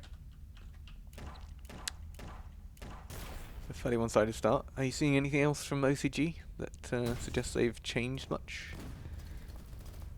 I mean, they are grouped up here a little bit. The game's just started, so hard to tell right now. Jeff being a bit sneaky right now, but in fact, yeah. It's a contest. Why is it a contest? Oh, Nez's job was just outside of the ring. It's a shame. I mean, think Jeff's kind of needs to move on to it, because right now he's useless. All the points went to Helix there. Unfortunate. Where is the next one going to spawn though? Oh, in a fairly easy place for both of them to pivot to, actually. Rex's going to be first on there. He's put himself at a good point. Nascar shooting through the box to get some damage down. Yeah, and he's going to be found out. Yeah, this is going to be a bit of an awkward position right here. That lower down area. And also being able to contest from the other side of the wall as well. Interesting. Bit of a long-range battle here right now. I really, again, want to see Operator. I want to see some explosives. Because when it's in long, narrow corridors like this, I mean, just look at them line up. Rex are coming in, though. Rescar versus Nascarboy. Nascarboy. He should get this. He does. Silence. Oh, and a double combat shotgun comes out. It's, good attempt there from him, but it's not going to work out. He looks just content to sit on the point right now. It's working out. Dodo waiting, lying in wait, gets that one kill. Yeah, I feel like potentially OCG should have just grouped up and gone onto the upper staircases. They would not have been expecting to come from that angle, come up around it from above. Yeah, exactly. Oof, and the point's gone all the way over at the other side. So Dodo's just going to make his way slowly across. Let's get some kills as he goes. Jeff meets him and gives him a friendly hello down on the lowers. Nascar already on the point. No contest. Pretty one-sided state of affairs so far. Yep. I mean, who's doing better at pivoting round to this? Quite an obvious answer. So deWolf is going to come on the point as well. Silence is coming in near. Dodo just a bit further out. Opposition very spread out. Yeah. Nascarboy though, wanting to come in for a flank. Yeah. Realizes that he's in the wrong room. It's just going to be captured before he even gets there. Yeah. Melk is also coming around from the other side. Low. First shot. Off target. Ooh, is that a light plasma coming out for Nascar? Might have been. I kind of want to see what's going on here. Silence is going to get caught off guard. He's not too careful, but Nascar going to cover the balconies. I mean, it's kind of fortunate spawning for the canister to be so close to where the previous one was. They held that one so well. You could just move 10 blocks in there pretty much to the next one. Yeah, they've got to get Nascar away from that upper staircase. Got to find a flank or something just to take him out. Fight railgun with railgun. Yeah, they're trying to take the long-range duels right now, and it's just not working out. They're doing damage, but as long as the other team are on the point, it's not really going to help them. Nascarboy moving in close, though, getting one. Yep. Getting some contests out, but low health. Yep. Gets taken out. That's unfortunate. Silence. I do like the way that Silence is using some explosives. It's always nice to see non-hit scan weapons coming out. Kind of what we want to see, but oh my god, the scoreline. This is very one-sided. Yeah, this is worse than the original game that they played. But can happen. I think Nascar's probably the main person to point at when it comes to that, even though actually all the members of Dastardly Fiends are pretty good in terms of KDA. Dodo with the plasma pistol.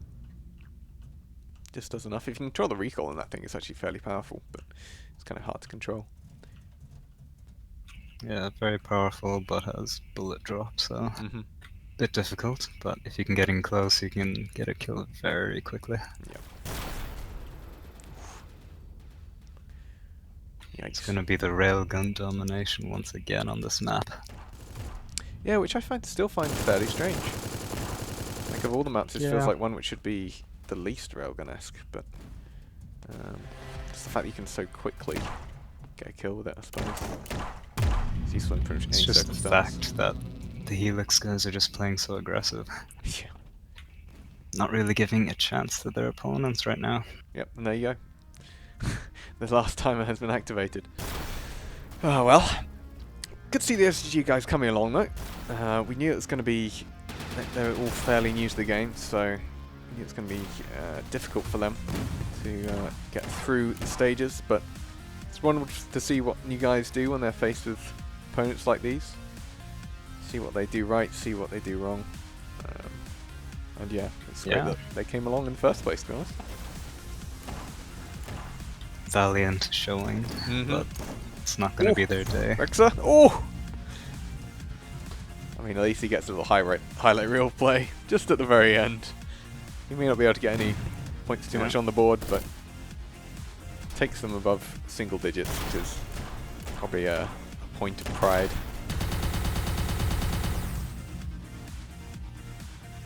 There we go. So that does mean that OCG are now out of the tournament. Sadly for them. Jeez. Oh, I can't speak in there. Yeah.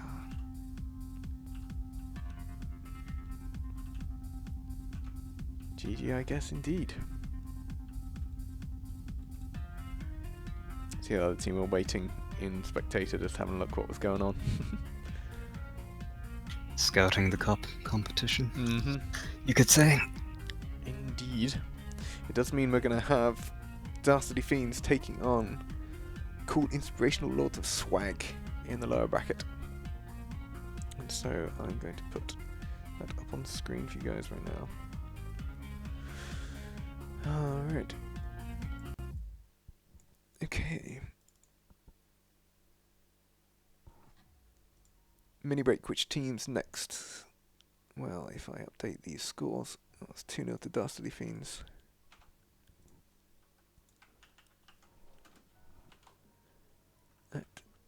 Oh, their names.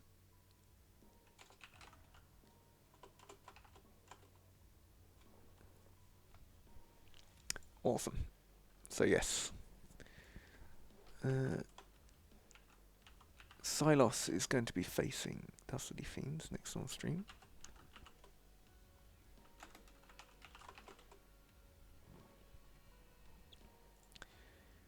And out of those two, I think that's going to be close. Have they played together before? No, they haven't. This is going to be the first time they meet. Interesting. So you've got... Ideal.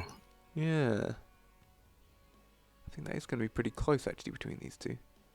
They've had very similar runs through the bracket. Yeah, I'm expecting the rest of the games to be pretty close. Should be very fun to watch. Voting on which map next, and Cash and The Dust 2 was suggested. Alright, UK London 1 is where we're going. For Silos. Well, actually, that's the wrong name. Yes, oh no, it is Silos versus DF. Let's do that.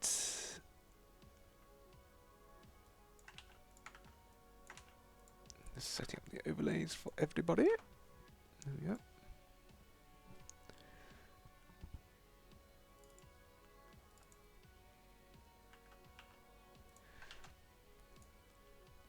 So let's have a look at the next map we're going to be playing on.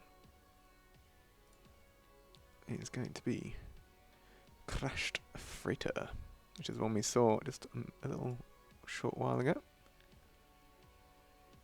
These are the players on the team. So deWolf, Dodo, Silence, and Nascar versus Jin, Foralux, Luke, and Denk. That's gonna be that is gonna be close because you have Nascar versus, well, actually, Foralux, Luke, and Denk. They're all pretty main railgun players. But actually, yeah, I do kind of like the variants you're going to get on DF's side. It'll be interesting to see how much that affects it. And they were very focused on the point as well in that last game.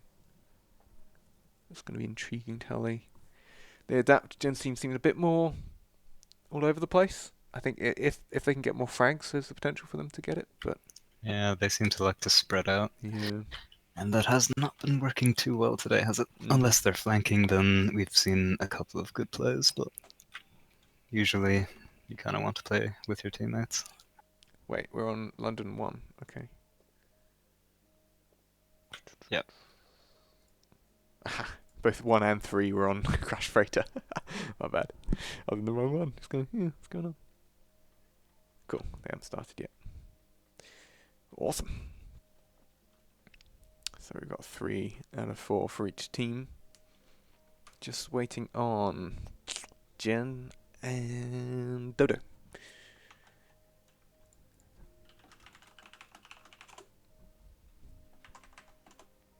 Yeah, looking forward to this one actually. I think this is potentially my favourite matchup so far. Well, that's my hope anyway.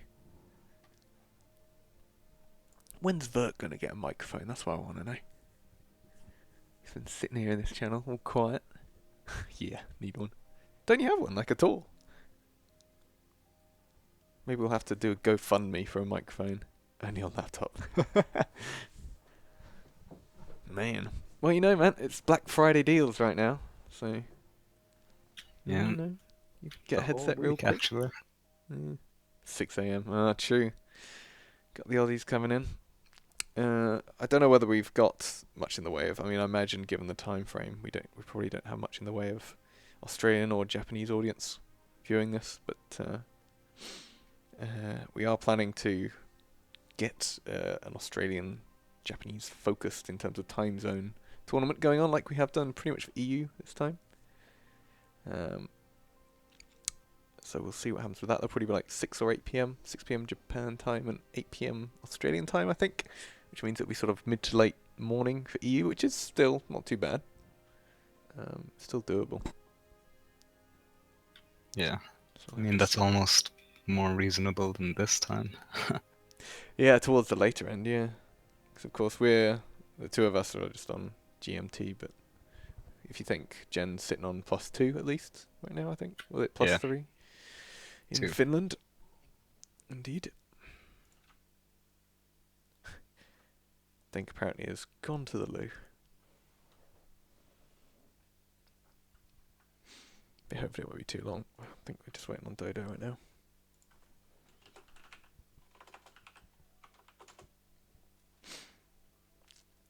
But anyway, it's actually, compared to how it could have gone, the games have happened. Everyone stayed around who began it.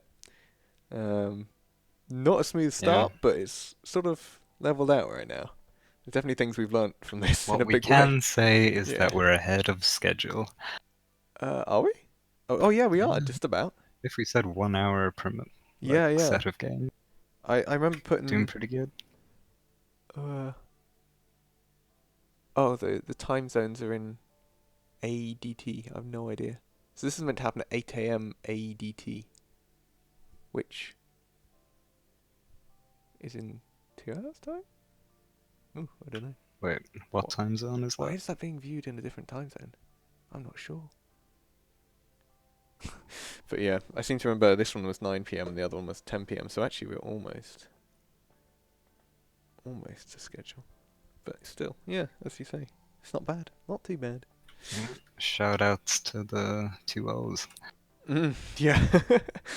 They're true. If they had all been to 3 games, it would have been quite a different experience. Yeah, Coco's team and DF doing us a big solid right there. I am secretly hoping this goes to 3 games. Dodo Savage is here, and he's in. Alrighty then. That is going to be our game 2 started, I suppose.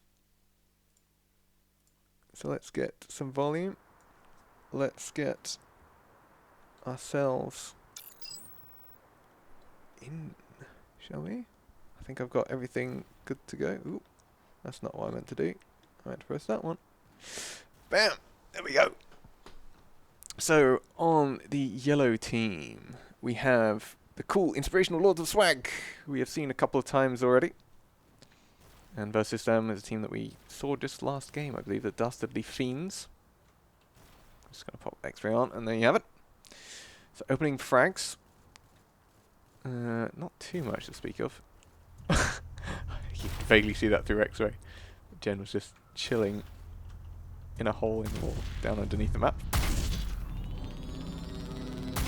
Hey. First, onto the point. The Lords of Swag. Getting this game underway.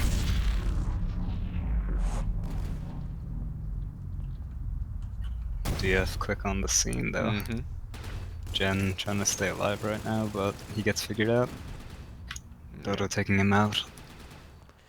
Yeah, I feel like he could have potentially gone for a different angle instead of going headlong into it.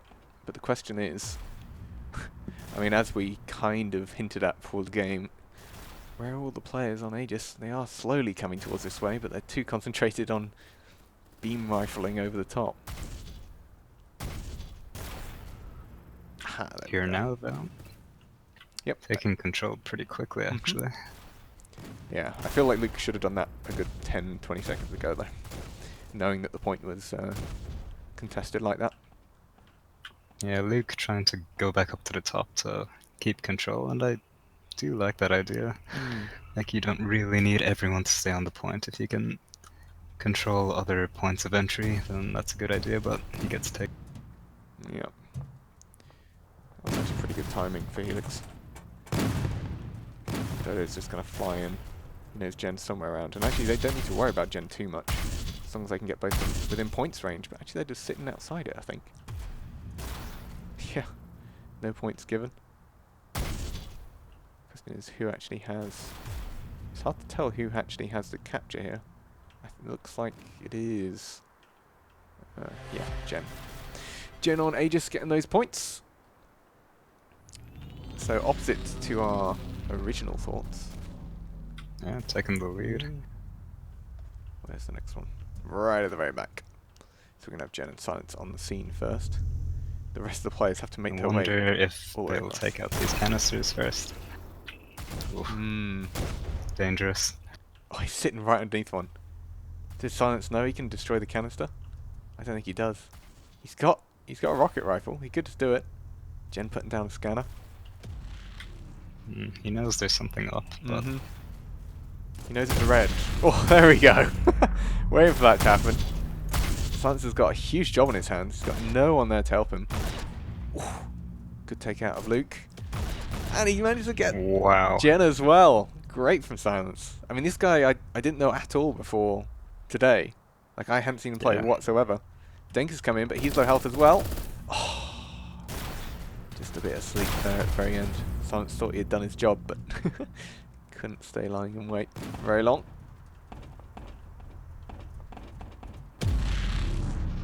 So 3 on the point. I'd like to see some explosives now. And in fact, those are reinforced blocks coming out from Dodo, I think. Foralux from the back. Yep. It is bedlam right now. All kinds of angles. They just do need to come around the back. I don't know what is Nascar doing. He's just sitting in a hole underneath. Managed to find Foralux. And just about gets him. Oh, and the reload catching up Denk. Is there anyone left? Amazing that that actually worked out. Yeah. The timing was just perfect for him coming out and seeing Denk. Nascar. Oh! There it is. Knife to the face. What a way to end that spree. I mean, for all the stylish ways for that to happen. Oof. Ouch. Not even a shot going out. Wow. What a shot. Catches him on the fall. Dodo though again. Rocket rifle, so good from an elevation. Question is, where is the setup coming in? Nascar is waiting above. Gen is going to come in from the side. Should get him. That quick shot. Nascar doing pretty much, actually did more damage to him in that entire time. And he does manage to get it. So, can't escape. Yep. Canister is depleted. Score tied all the way up, and it respawns all the way over the other side of the map. But it's Helix to respond first. Seems like actually a team wipe. So he's just going to have to go from spawn, it looks like. Nobody there to greet the canister, but Gen coming in from the spawn pretty close. The Helix guys that are here. Gen just needs to survive. He's got Foralux and Luke at an angle. The problem is that Nascar can just build a little bit and stay at the back there just happily. I can't remember which members had the Orberator, although it looks like at this point nobody's using it. It'd be perfect right here. Denk though, charging down Nascar, taking him off guard somewhat. Knife coming out once again. Yeah, let's see what deWolf. He's the only one up here. We know he's got. I mean, he's got one of the best KDAs, I think, actually, of the stats in recent times. So hoping for a flank, but I think Luke should be able to hear that. Mm-hmm. So you can see the setup Maybe not, though. from Aegis. Couple on point. One low, one high. Oh, he's sitting on top of a canister Luke. Luke versus deWolf. He knows he's up there. Oh, he's taking too long to get back into position again, though. The flank works out, though. But Dank is still on the point here and takes Nascar out. Mm-hmm. First point lead for Aegis. In quite some time. Let me get a central spawn point this time. deWolf. Deciding to come around from the side somewhat. He's got silence on top covering that angle. It'll be interesting to see whether he actually has any angle on anyone underneath, which he does not. So with Foralux and Luke are going to sit on this back end. Jen on the point. The question is, can these two at the back get enough angle to take out the Helix players gunning for Jen? Which... kind of. Yeah. Works out. Dodo didn't manage to get the kills in time. Oh! Plummeting. Mm-hmm. You hate to see it. Yep. Foralux needs to get on the point, and they get the points, which is good. He recognises that. Between them, they turn it to their side. But now they've got pretty much all three members coming in one fell swoop. Nascar facing two railguns. Ain't gonna work out too well. Silence. Trying to be sneaky right now. Going under the point. Hoping to steal some points away. Oh, I think Foralux Foralux is down there as well, though. Oh, he's sealed it off, though. Thermator. Well, I guess. Is it Thermator anymore? Who knows? Looks like Foralux is actually going to give up on that. Well, I wouldn't give for some explosives right now, eh? Yeah, they just don't seem to like it. Nope.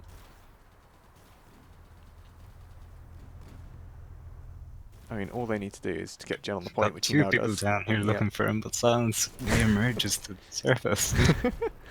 I mean, good timing, I suppose. I don't know how he could have known, but, you know. He needs a friend there.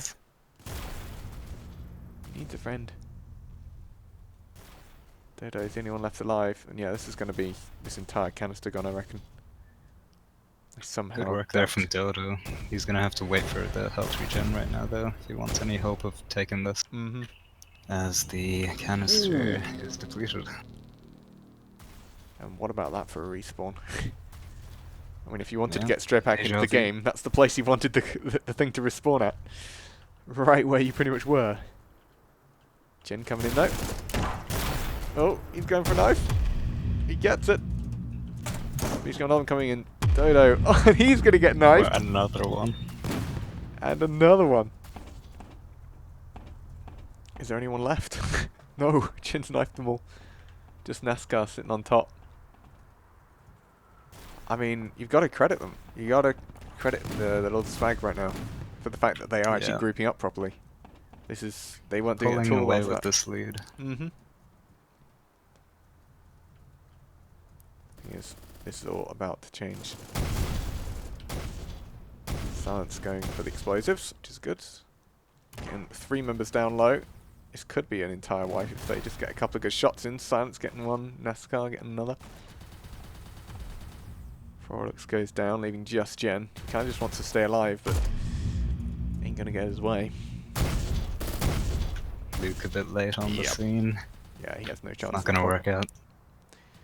For him, when it's 3v1 on the point, his teammates should be communicating that's the case, in which point he can just back off a little bit, try and waste some time maybe, send some nades in. Instead, pretty much a suicide by that point.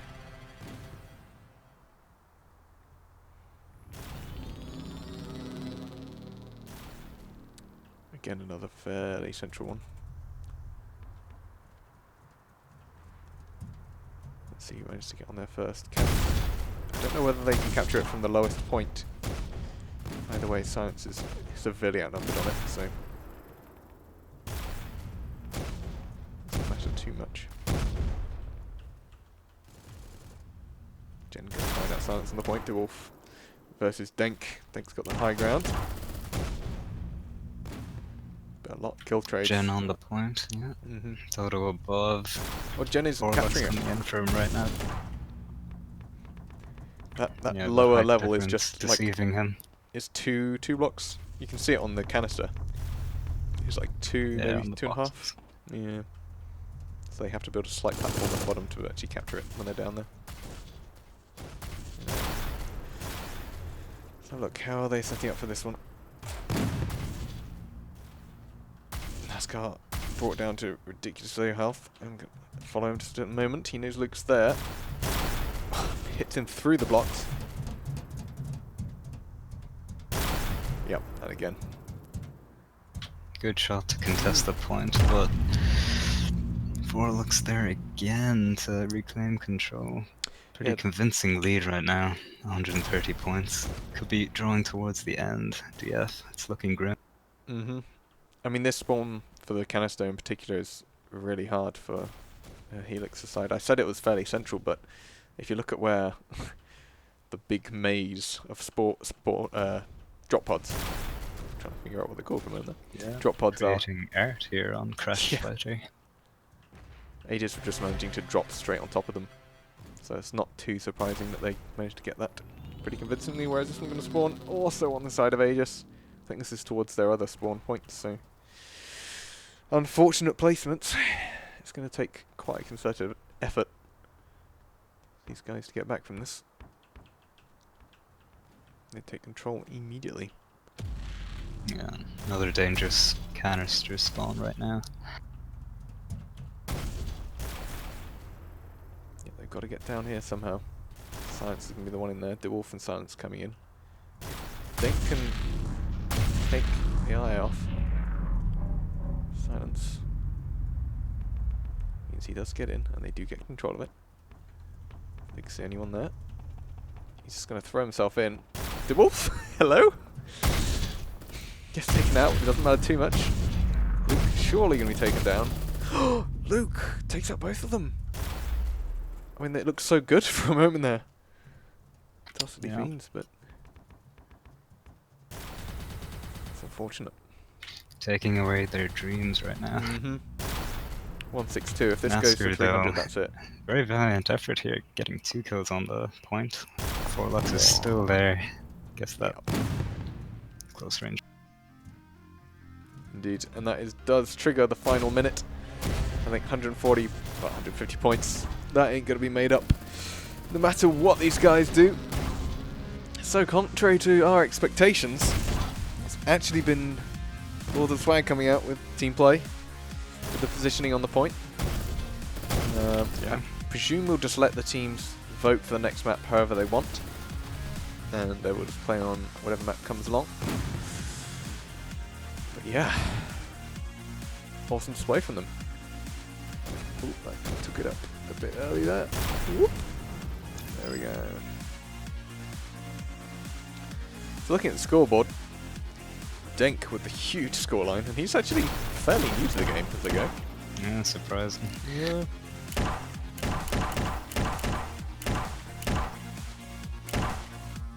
And there we have it, lads. Game 1 goes on over to the Lords of Swag. Can't really see the voting for the next map, but we'll see it in just a moment. I mean, if they really wanted, they could choose Temple.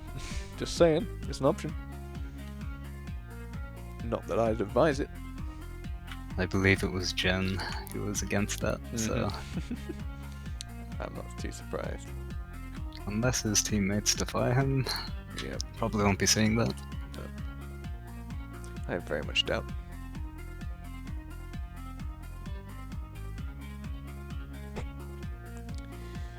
So let's see, what do they go for?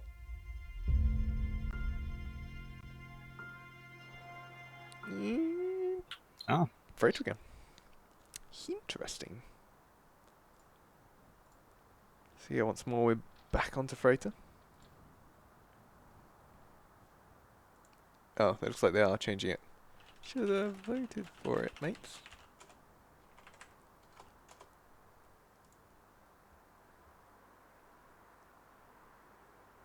I don't know whether that was a vote or not, we couldn't really see it.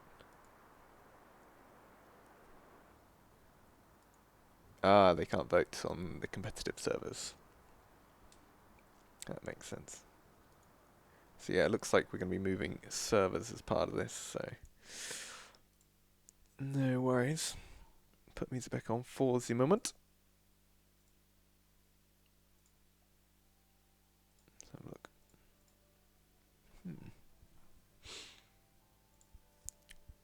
Vercidium is suggesting Magma Chamber as the next map.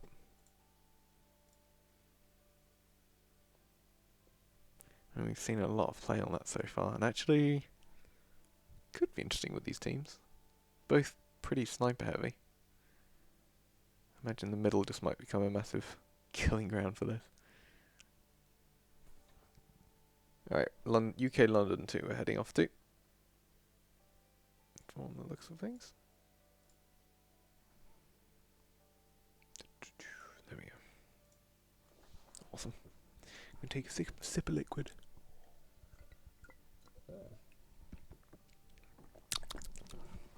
Nice.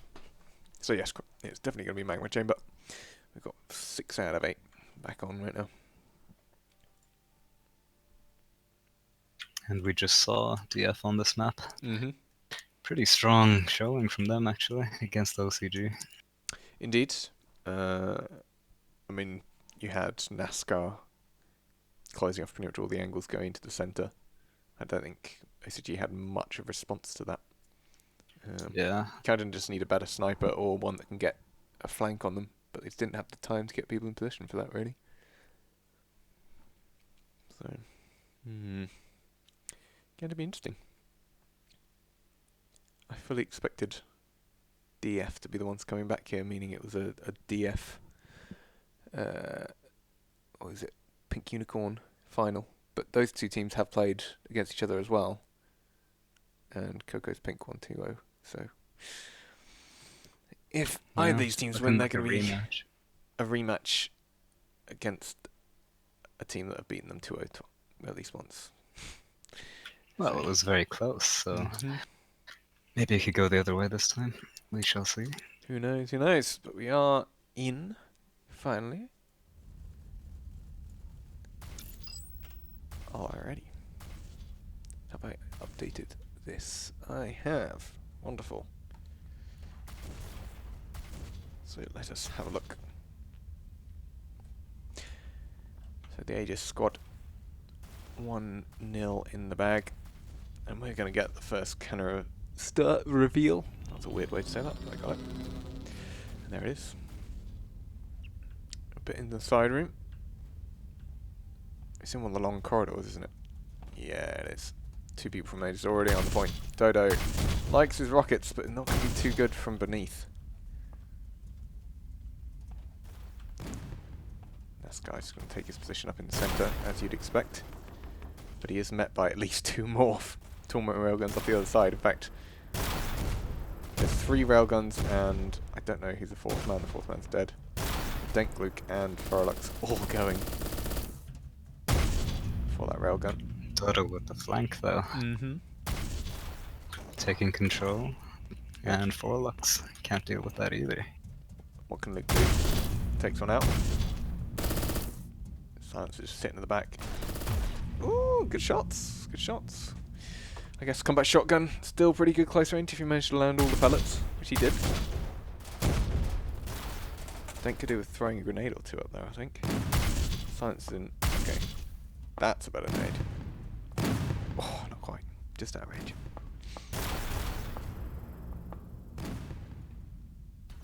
This is a 3. Oh, entire 4-man setup coming in for the Dastardly Fiends. And do actually manage to clean house pretty much. Now just need to pivot into the centre. It'll be interesting to see where they choose the setup here. Dodo's just going to go straight onto the point, which is what he should. Taking out Gian. Nascar going to sit at the back, as you'd expect, and deWolf on the point. Yeah, pretty convincing control right now. Not happy with their previous performance. Yeah. But coming out swinging on this map. I kind of wished they were slightly slower. I mean, they'd pretty much done a team wipe, so there's only like 2 places that Aegis could have appeared from after that. But but instead they got caught out as they were moving across. Oh, Wolf shutting it down right now. What's Jen His got? teammates are coming in to help him right now, but one from above, that's going to be Jen, and he's going to go down. Yep.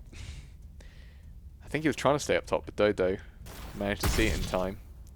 Mushed him with a few rockets. You can see the usage of that when you've got just that little height advantage. Yeah. Point is contested now. Luke hiding inside. Oh, spotted. And annihilated. Yeah, this is more what I hoped. Just actually having people on various sides covering as many angles as possible. Dodo with a good combination of weapons as well to hold on to the point, the rockets and the combat shotgun. Including the knife, yeah. Yeah. Indeed. Where's the next one spawned? Oh, the next one spawned right next to Dodo. So he's doing the right thing. Playing the objective. I mean, score-wise, we've turned it back the other way. Yeah, this is going more how we would have expected this map to go. The railguns are not really dominating as much anymore. It's kind of the close-range shotguns and rocket launchers. Yeah. Yeah, and I would say that Dastardly Fiends are actually using those weapons better. And the prefabs, closing off those choke points. Yep. Jen just waiting to get in there. With Nascar coming off the point though. I mean, he doesn't have too much choice, he kind of has to get something out. Who's up on top? So it's Dodo on top trying to get the angle into the middle, taking people off guard. Denk's been taken down to pretty much nothing. Jen finally makes it through, but gets greeted by two. So yeah, well defended. Another reset now for Aegis. They try to spawn back in. Where's... I want explosives! I want explosives! This is the exact time you'd want it. So let's have a look what they've got. Foralux still got the railgun. Luke still got the railgun. Jen, he's got the assault, I think. What's that? Assault or LMG? Can't tell. But yeah, they've got nothing to pressure the point with at all. And in the end, just those simple block-offs made a world of difference. Where is the next? Yeah, confidence is flowing now for the Helix guys. Very one-sided state of affairs so far on this map. Surprising considering the last. Yep. Yep, definitely. But Aegis, they're setting their ways. Loving that railgun. Yeah, and they're gonna have a real hard time against a rocket rifle in these small corridors. deWolf just about dancing away from that nade. I think does get one. Again, it becomes railgun frenzy here. I certainly like. Has Luke got the rocket rifle now? He does. So Luke has now pretty much copied Dodo's loadout. A bit more of an in-your-face, pushing people, but doesn't matter if you can't get a shot off, I suppose. Yeah, and with that, we're seeing a switching out of control. Yep, and Foralux just going into the middle, just to be annoying, which, fair enough to him. Managed to keep one away from the fight, but it does mean that he's left his team with less on the point. Denk, he's going to take out two though.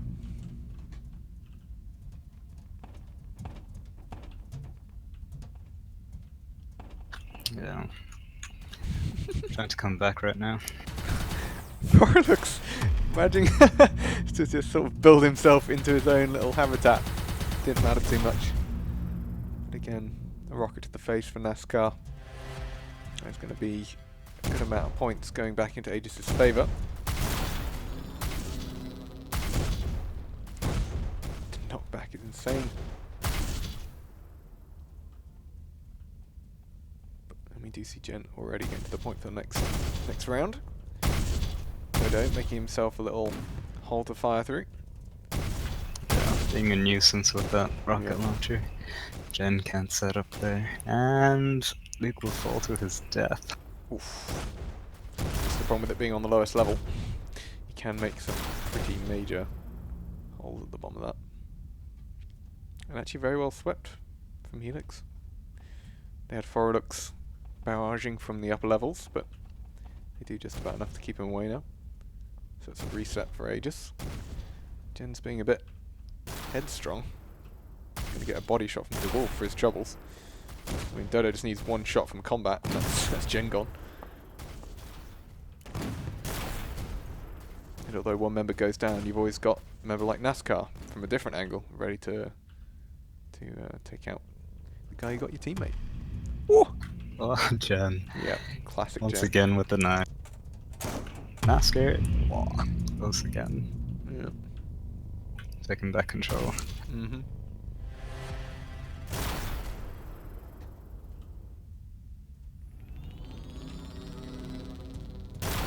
Oh, good reposition for Foralux. Took a bit of damage from falling down there, but he could just spy on Nascar's feet. Bit late as the canister goes away, but Jen quick on the next one. Trying to set up with his prefabs. Using one of the projectile weapons actually. It's a bit different. Oh, that's some good grenades. That's going to blow up a bit of that wall. This is a 4-man push. Dodo's just going to have to try and stay alive. He's being chased though. Jen knows he's there. Yeah, good awareness from Jen. Just he knows where everyone is, counting for all possibilities. A couple players here from Helix trying to group up right now. It's a good idea, but Jen trying to disrupt, and he's running away as he's low on health, and he'll be taken down. But still doing just enough to hold Nascar, narrowly avoiding railgun shot. He gets met with a combat shotgun to the face as he turns the corner. Interesting from silence. Doing silence things. Sitting on that point. Nobody knows. I mean, it worked out for him. Yeah. I mean, that's the thing. If people are too concerned with just trying to get the kills, leaves yourself open. So again, it goes central. 232 to 158. We might see a third game. It's looking likely here now, yeah. I mean, it's still possible for Jen's team to come back. Plenty of time. It's looking a lot more even than it did to begin with, but we're just gonna need to see more group play. Yep. They seem to be doing good in those side corridors, but when it comes to the center areas, they're not really getting a lot done. It's an interesting combination when you have somebody like Dodo and Nascarboy, because Nascar's going to snipe most other snipers, I would say. He's as good as the rest of them. Yeah, that's fair to say. Then you've got Dodo with the rockets, which can mean that the opponent's aim is kind of put off balance, giving them knockback on it. Yeah. So it's a good combination when they do get it. But they have been a bit defensive here, just hiding in the corner. Has allowed to get back on the point. Once again. Yep. Bit too eager, that lad. Somehow they managed to survive. I was not expecting Helix to get the better of that. Instead of doing their usual angles, they're from Nascar, taking out Jen. Yep. They have pretty much full control right now. Foralux and Luke trying to group up right now. Oh, deWolf falling to his death. Let's have a look what they can see. In there. Battle for the very centre. Dodo's going to win that. Oh, Dink taking out 2. Doesn't matter though. Can't find silence. Yeah. Goodness. But yeah, it's interesting that they decided to all bunch up again. At the start, Helix was doing so well on the point just because they had a couple taking angles around the outside. They kind of moved away from another side corridor spawn again though, so I think Jen's team have had more of a chance with these, so hopefully they can come back into it, even though the Helix squad are very close to winning this at this point. They've got to keep them off completely, which means going forward when they potentially don't want to. They are still within the zone. Dank now versus 2. Nascar's low though, so he is going to get that picked off. Fortunately, he had a decent close range weapon. Silence got a great loadout to deal with Dank though. Is that contested? No, it goes straight to Helix. But a pivotal kill there. Yeah. He can't give Silence just anything getting very few points added to his team score right there, making the difference. But Jen's team trying to hold on, and they are, but with Silence's strategy, we might see it just slip away at any point. Indeed. 230 to 292. In fact, if Nascar managed to get on this and stay alive for just a few seconds, that could be the 300. Oh, contested before any points go over. Jen, you wanted that knife again, but not gonna happen. Close though. And there it is. 300's triggered. So the second game, pretty sure there's nothing that can be done about it for Jen's team, the Lords of Swag. And we are going to be going to a game 3. Question is, what map are they going to be playing on? Because it seems to make quite a bit of difference. Yeah. For these teams. And it's good to see actually that Railgun doesn't win overall in all the matchups. This map certainly seems to favour a bit of a more of a mix.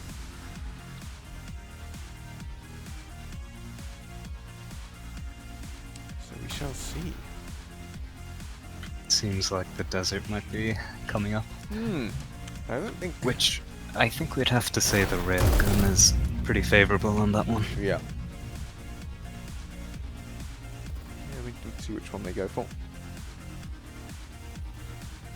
Because yeah, and that might well be the difference in the final as well against Coco's team. Although, saying that, that's Aranet, Coco, and who's the third? I can't. Vercidium. Vercidium and... In fact, I've got it here. Glassar. Glassar, yeah. So, Aranet and... Oh, Aranet's only the main sniper on that one. So they would be down on sniper. Hey. Let me just have a look at brackets.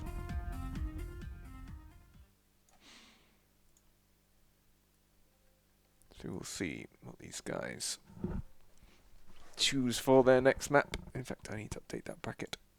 So that is 1-all so far. I believe that's our first 1-all. Yeah, it is. Every other game has been a 2-0 sweep. So that is good. Alright. So we are in Aegis Desert. I don't know if that's going to be where we stay or not. We'll find out.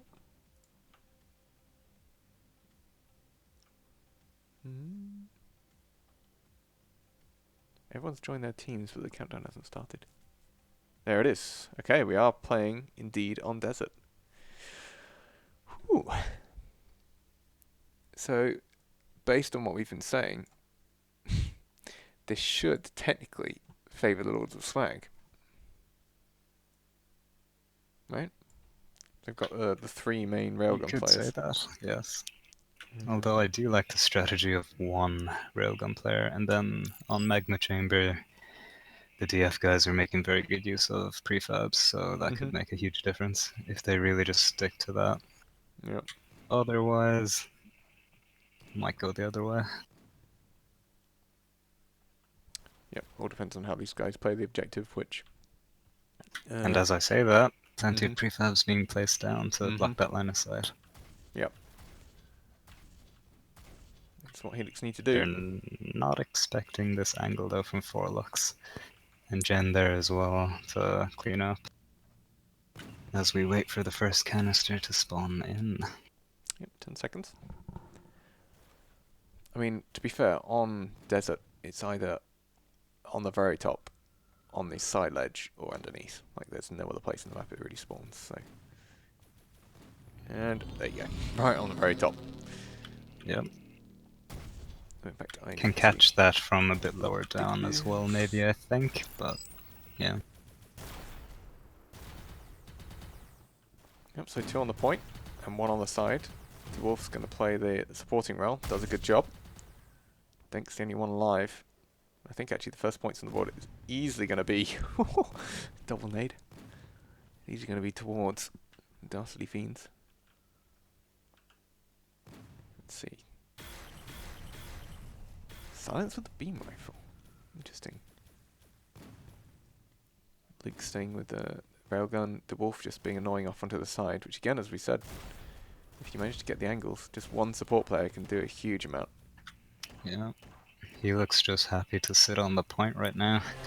Can't blame them, they're getting the points. And that first canister is gone. Yep, easily theirs, and it spawns right next to them. Yeah, next one up on top as well. What is Nascar doing? Oh, he's coming up slowly. There he comes. Do they know about it? Doesn't look like they do. That's one down. Nascar is up next one. Nah, don't noticed. But again, deWolf from a distance. Who is that with a grenade launcher? Dodo. You just make it rain, pretty much. Fortunately, it doesn't actually end up with any kills. I was hopeful right there. Yeah, a little bit. But at last, all the swag managed to push Helix off.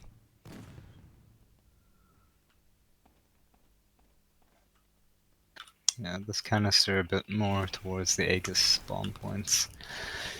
So it's a bit easier for them to keep control at the moment.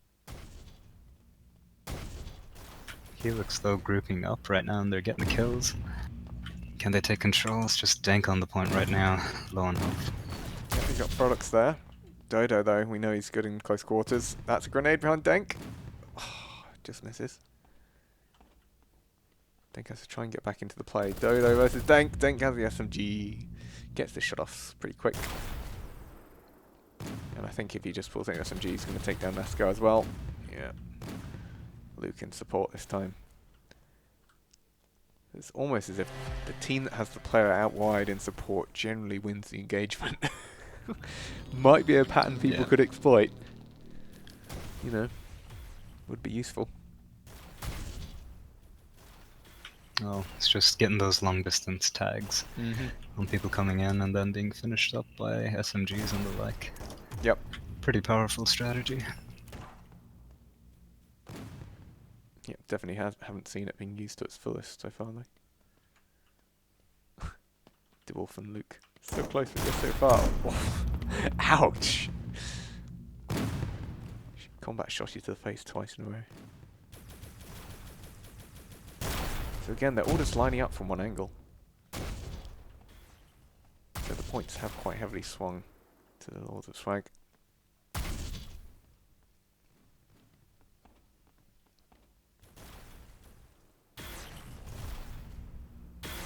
Yeah, once again the railguns just doing work.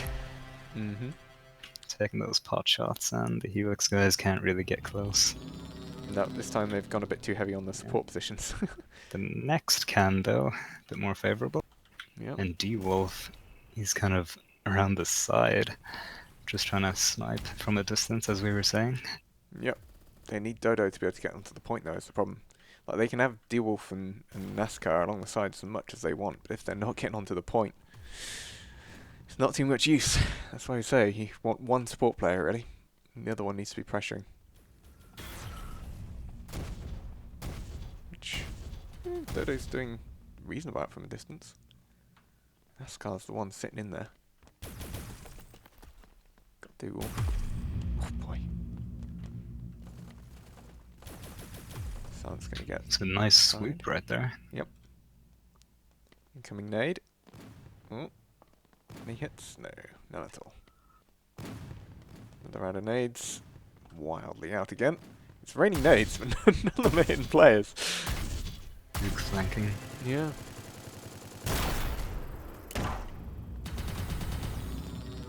Only gets one though. Yeah. And that will be a pretty convincing cap. Yep. Fairly equal right now on the score. Little bit of a lead for Aegis, as Jen is trying to come around for the flank. deWolf not expecting this, but Jen missing the shot. Knife. Either of them. What was that? I mean, was that Jen knowing that Luke was there? I don't know. Hey, it worked out I think he somehow. was just trying to avoid the shame of the knife. Yeah. Well, he was the one who originally went and he ended up dying to falling. Oh, dear me. Foralux the only one left on the point. This should be an easy kill for Dodo, and it is. Dodo with a height advantage seems to win 9 times out of 10. And so, Yeah. Dastardly Fiends getting back into the game. Very impressive Love it. that they're able to hold on to this for so long now. Yeah. I think it's partly because they realise where Lord of the Swag is spawning from. So they've got Silence kind of at the back, although he's kind of gone a bit too far right now. Playing a bit of a nuisance role. Nascarboy versus Jen. Oh, I thought he was going to get the knife there. Somehow misses. Yeah, Jen coming in through the middle of the catacombs underneath the temple. Being annoying enough. Helix neglected the point a bit for a while there, and they don't know about Foralux. Yeah, deWolf getting too hung up on the fact that there are people over there to kill. And yeah, he's going to pay for it. Hit from all angles.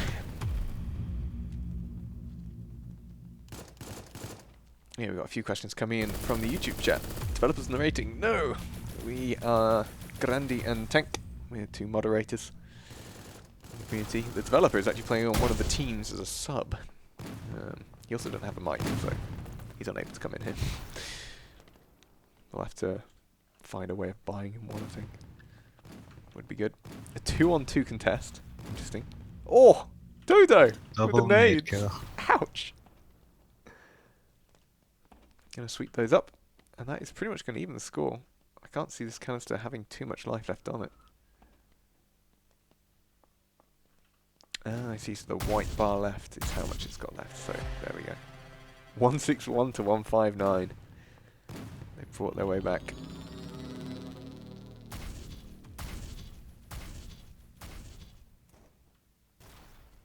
And actually, yeah, that's quite interesting. Like, we've seen a bunch of times a canister, like this should, in theory, be much better for Aegis. Just in its position, it's more towards their side. Yeah, it's pretty equal, I think. Closer. Oh, between that and that. Yeah, true. Yeah, actually, the place that oh, I forgot the name again. Dastardly Fiends spawn on top of here. Is a pretty good lookout for pretty much everywhere else. So means a guy that dies is pretty quickly useful. And yeah, it's showing right now. Yeah. Okay, Dank coming in for the flank, getting 2 actually. Coming round. And a 3rd. Ace, deWolf. ace. He knows this. He's trying to come in from the flank again. Yep. Yeah, control just completely shifts based on that one play. Coco suggests that Vercidium spent all of his microphone money on beer instead. On Foster's. Plausible. Yeah, he is a uni man, so entirely plausible.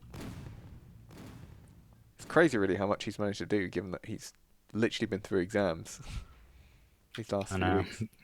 He's updating the game during his exams. Yeah. After saying that he'll wait till he's finished with the He's just madman. Yeah. The boy genius. Okay. Means we get enough done to get a good game going. Look at the score! Ay, ay, ay. Yeah, extremely close right now. Mm-hmm. I think both teams are doing a fairly good job of sticking together. Like Helix, they seem to like having 2 people on the point, and then Silence just kind of runs around distracting while Wolf is sniping from a distance. Yep. Aegis kind of falling into a bit of a trap where their teammates are going down 1 by 1, but right now they're actually able to group up on the point. Yeah. 2v2 there right now, but they don't really seem to be spotting each other. One's taking the upper level, one's taking the lower level. The only thing is they're not staying on the point long enough to just contest it, which is what they've done now. They kind of need to do something right now before the other 2 players from Dastardly Fiends spawn. They managed to get one of them. Nascarboy still out to the side though. Yeah, silence, just sitting there. Wow. What they wouldn't give for a scanner right now. Frustrating for Aegis right there. They had the positional control, but the Helix guys just happy to sit there and wait for their teammates to clean up. Yep. Even if they just managed to spawn some prefabs in along the edge facing that tower where all the Dastardly Fiends were spawning from, might have done them a bit of good. Oh, I said they're getting a good meaty amount of points from this. In closing the point now, yeah. Aegis, but a bit too late. Yep, it was exactly the same points, and they managed to get 50 ahead now. And all of them are spawning on this side of the map. That's the third in a row that have spawned slightly more towards Dastardly Fiend's end. Remember, the winner of this goes through to face. That's a big double kill right there, considering the score. This could be the last canister. Maybe. Maybe. I'm not sure how much each canister really holds. We'll assume that it's roughly 50. Yep. They need to get in pretty much now. And to get in, they need to be able to kill silence. Okay, yeah. And none of them are using 3 explosive Aegis weapons. players on the point, so they can just... Yep. If they can just hold with this. But their day is ruined. Yep, again, they're not expecting the spawns in from the side. They are finally building some prefabs facing that way, but not enough. Jen has to stay alive. Nope. Good nade. Got one. This seems to be the DF strategy right now. Just hunker down. Yep, and it's working. 9 points left to go. Still good 6 minutes though, if they can be forced off it. It all depends on if this canister isn't enough. It all depends on where the next spawn goes. They are at least contesting it. With this, I think that makes it GG. If Foralux can't kill one of them like right now, are you gonna get Nascar? Oh, his friend gets taken off. He does get one, and they did actually manage to get it before the next a lot of points go in. That's crazy. Jen just needs to take out Dodo. 1v2 again on the point. Somehow they managed to clear it. Wow. What on Dodo earth? being such a nuisance with that rocket launcher right now. Yep. I was captured, and I think that final bit of points went over to Aegis. Where does it spawn? It spawns over there again on the side of Dastardly Fiends. That's crazy. That's literally 4 in a row that are more towards Dastardly Fiends' end. And they trigger it. So that is going to be... Yeah, there's no way back from this. Game number 3, going to Dastardly Fiends. We're going to see them back again in the grand final, which is best of 5 against Coco's Pink Unicorn team. Yes. Buddy. It's like brandy. Let's not go Love there a bit again. of that. Boy, oh boy. Bit of an upset here though, right? Maybe, Not maybe. really our expected outcome, but Yeah. we could have seen it happening, of course. But just thinking that on Jen's team there's maybe a bit more experience there. But it's not going to work out. I think it highlights that there potentially should be more bias, or more even bias between moving the canister around a bit more. Because I definitely feel like the Dastardly Fiends had a better go at the canisters. They were always pretty much on this side.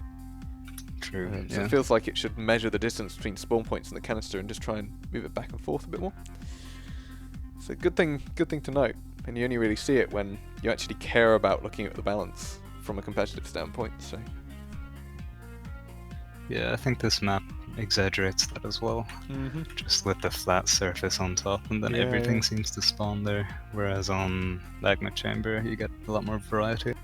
Yep, and even the way that the drop pods stay around, you get even more of a tower at the spawn ends. Yeah.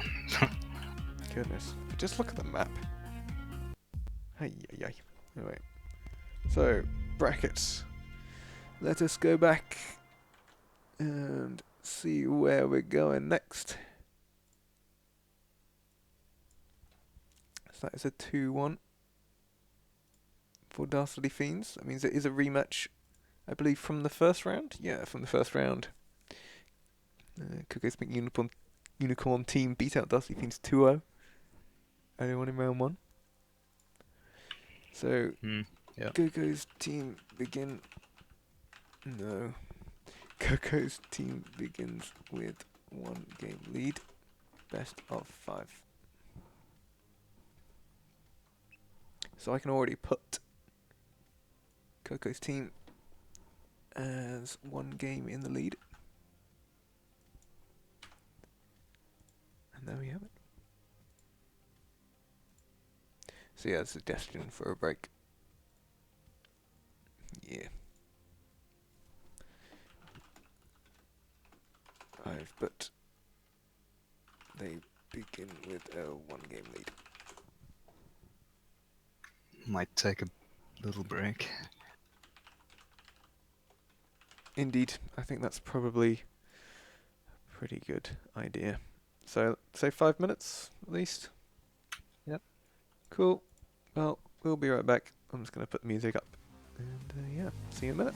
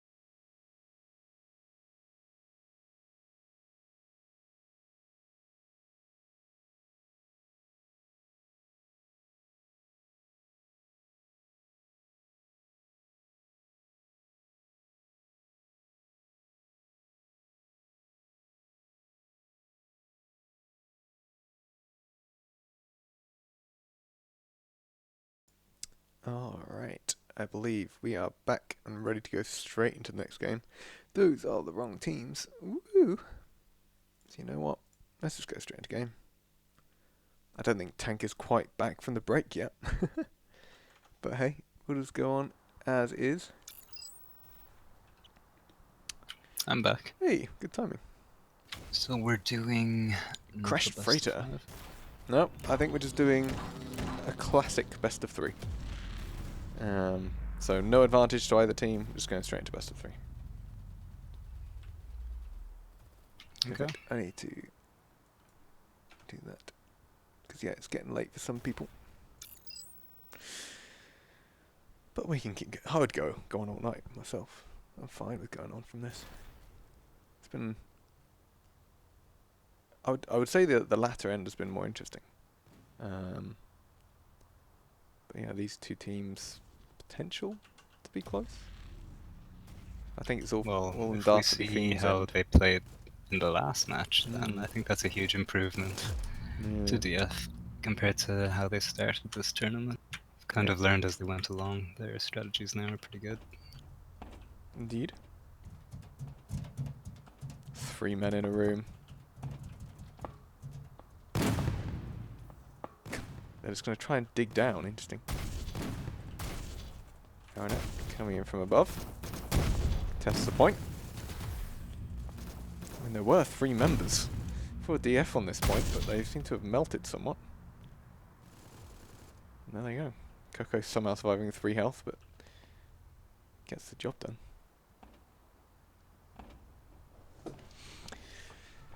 It's going to be interesting how they respond to this. Yeah, slight lead just in the beginning, but I think we would assume that Coco's team is the favourites here, probably. Yeah, definitely say so. Ooh. One way to clear them out. Dodo with a high ground. Wins. As per usual. Dodo with a high ground again. Wins. He's got Coco to come. He's using blocks to get down. That's clever. I like that that's happening. Coco with a snipe. deWolf's looking at him like. Yeah. Coco against the world right now. Yeah. Does get a teammate in Vercidium here though. Mm-hmm. Unsuspecting Helix player on the point. Gonna be taken out. Yep. And Silence just But, doing silence. of course, Silence, yeah. That's a good nade. Oh, that's 10 health off. And there's another nade. Yeah, very well done actually. You know, to clear him out pretty well. And I know Vercidium often has the scanner on him, so that could also be useful against Silence. Yeah.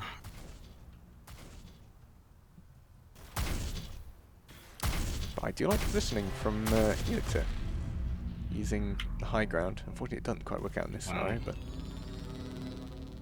Surprising that Helix didn't take them out there. Yeah. Thing is, once you're on the high ground, you've got to keep moving. Because it is quite easy to hit someone high up. But just with someone like Dodo using his explosives, and then Nascar, I think, was sniping from the side, you'd expect that they'd come out on top there, but not going to be enough. Indeed. Dead even right now. And I do like the positioning here. I mean, Silence is just doing his usual thing of staying on the point. I mean, to be fair, his team might have literally just gone, you just get in there all the time. Go in there, sit in there. It has been working wonders, though. Yeah. It would just be I think interesting to Dodo's see. been doing a very similar kind of thing as well. To some degree. He's definitely been... I mean, his weaponry is more towards the line of getting in close. What is going on in here? True. That was too close for me to be able to get in the camera in. The point is absolutely flooded. Bit of a circus right now, but... Yeah. Look at Nascar and deWolf just sitting up there. I mean, to be fair, this is perfect for Aegis. Ooh, server lag. Bit of a freeze, I think, yeah. Hopefully this comes back. I mean, we're dead even. We're literally 75 to 75. Ah, server crash! No way! Oh. No way! Yeah, and it's 75 to 75 as well. I mean, to be fair, They're dead even. So I suppose we just restart that map. Yep. Oh man. I'm gonna have to look at that. Oh no, it's back. Are they back? Oh. Yeah, it's back. Okay. I guess nobody has a problem with resuming. No, it seems that Aegis may have. Oh, it's frozen again. We thought it'd come back, but not sure it has actually. Yeah, I think we have to restart. Everyone's calling for a restart. Oh, well, that was quite something. I mean, it makes me much more looking forward to the rest of this series, to be fair. Like, whatever they're doing, it's working. Silence hiding on it. Yeah. Dodo getting in close. A lot closer than we would have expected, I think. Given just the names on each team. Yeah. Exciting stuff, though. Yeah. Oh, it's decent gameplay. There we go. I'm not sure if we're going to completely restart, or I suppose you could play to like 200 points or something and then call it. Nah. But no. No, I'll restart completely. I think Vercidium says I was losing, so I closed the server. Lol. Lol. Wait, what happened? A server crash. Think a server crash. They're at 75 points each. Very even on the points. With positioning as well. Pretty much everything. And yeah, server crash. What a time for it. So UK London 1 is where we're going.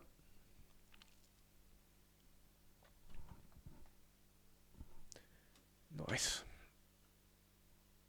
Good. In. So, let us get volume back up. And get into game. Yeah, that was actually just the warm-up, and now Yes. here is the actual game. Welcome. We got a preview. Somewhat from that. Nice preview. I liked what I was seeing. Yeah, want a bit of more of that. That would be good. Oh, here we go. And the game has officially begun. Well, hey. Gonna see some of the opening moves. deWolf for the first shot. They don't get any points for that until they pick up the ammo pack though, so not too useful.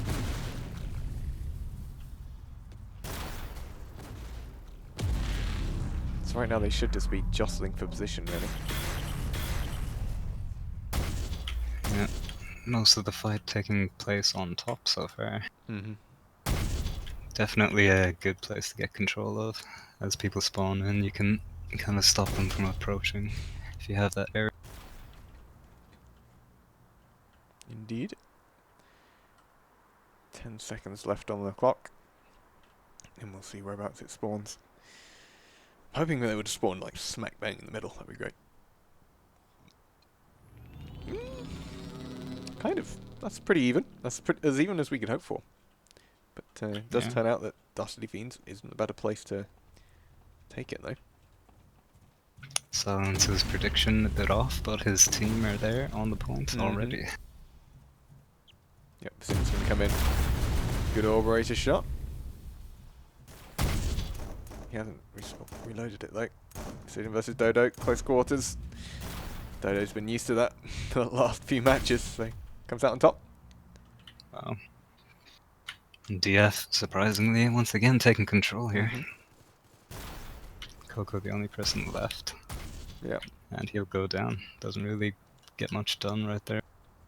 No, I feel like Vercidium went in just a bit too early. He had the operator, he could have sat back and pummeled the point just a little bit more. In time for Aranet to come round, although I think Aranet actually suicided from the top. We are seeing a bit of a better grouping right now, though. They waited for Coco to spawn in, and well, Vercidium went down, unfortunately, and Dodo's rocket launcher doing all the work right now. Yep.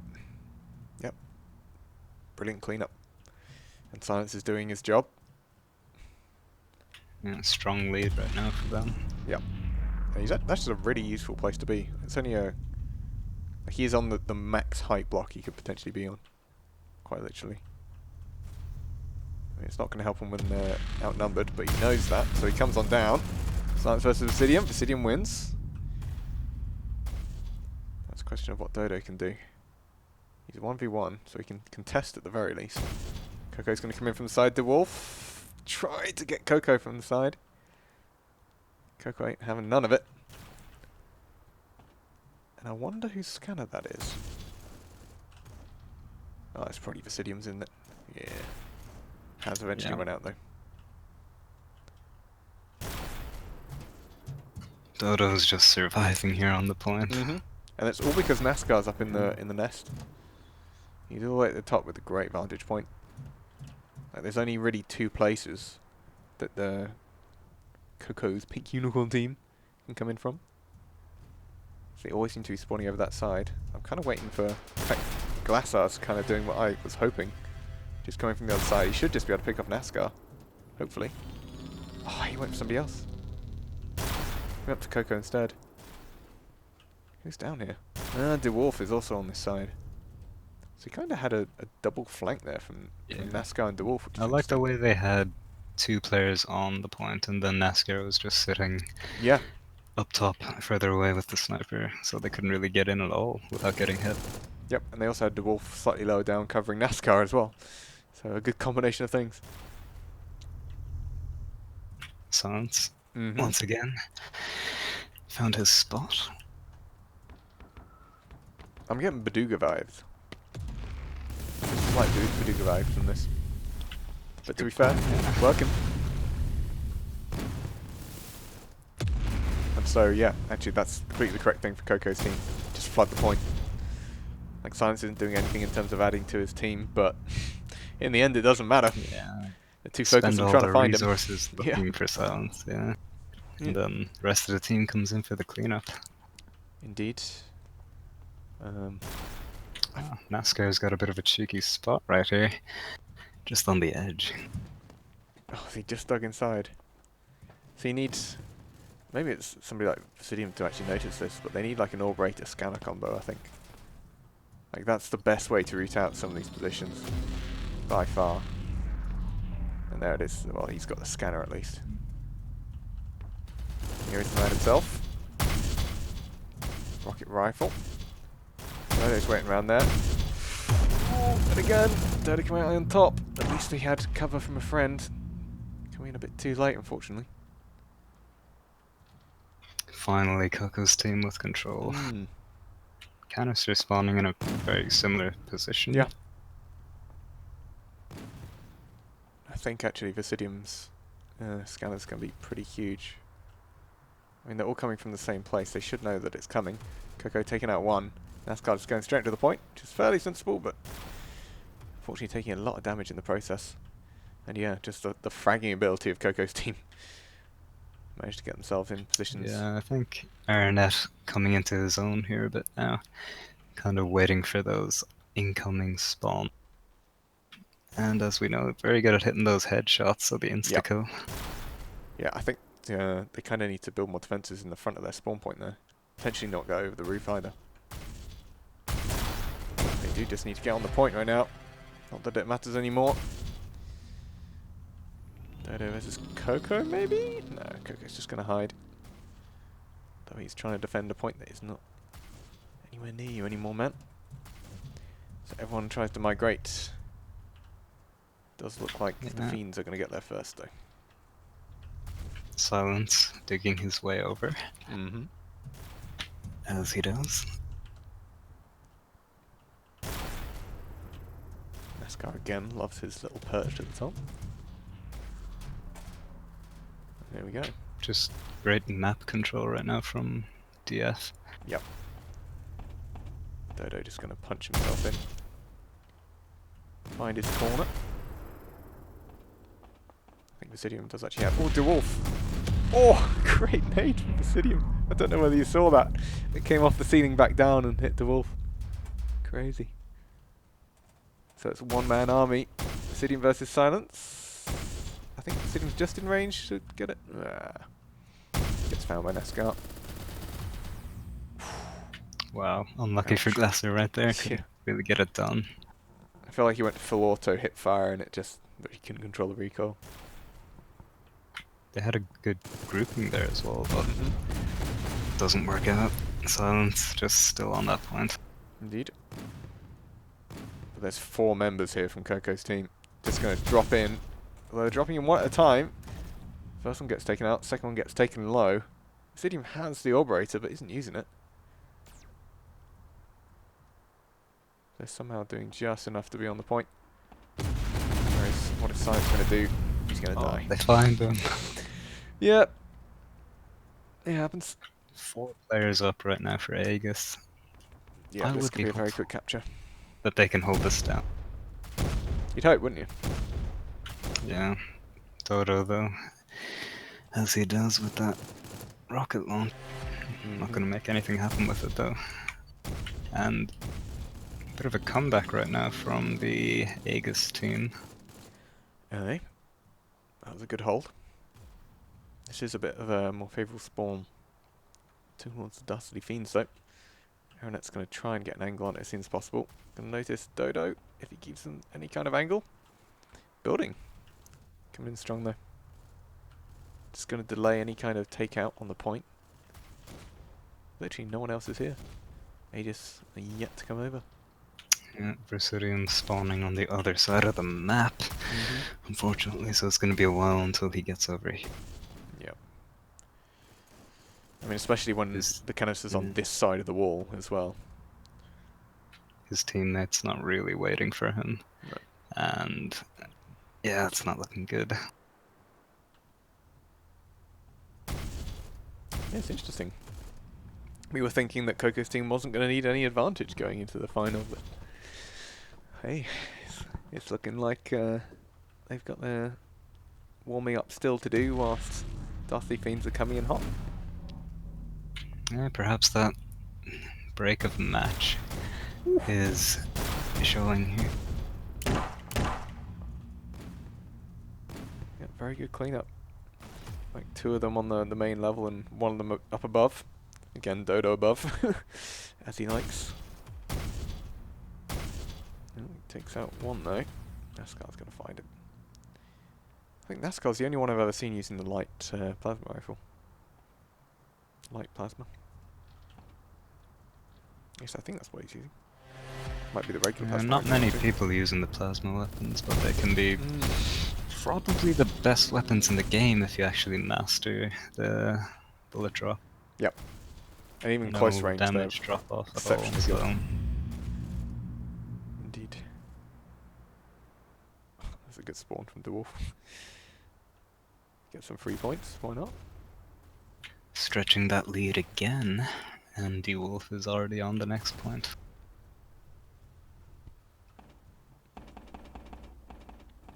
It's interesting to look in Discord actually. All 4 members of Dastardly Fiends have their microphones on, whereas 2 from Coco's team do not. Yeah, I guess that just shows the difference of communication.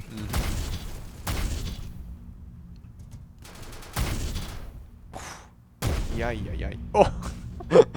Glassar showing him a bit of his own medicine right there. Yep. I was wondering what was going to happen to him for a minute there. Given Dodo mushed his teammates, but he was still sharp. Glassar taking a bit of inspiration from Silence, but unfortunately deWolf is already there. Yep, Silence has mastered that art. He is yet to. And comes Vercidium. But too late to do anything about it. He should just probably back off. Yeah, doesn't end up getting too much damage done. Fortunate for him. Just gonna have a look at the scoreboard briefly. Dodo 22 and 10. I mean, not terribly fighting given what we've seen. That rocket launcher. Yeah. He's been using it very well. But the spawn point for the canister is actually in Aegis' favour. Coco's team have a chance if they can hold this. They've got Nascarboy coming in from the side again. Anything this side of the wall is going to be picked up by him.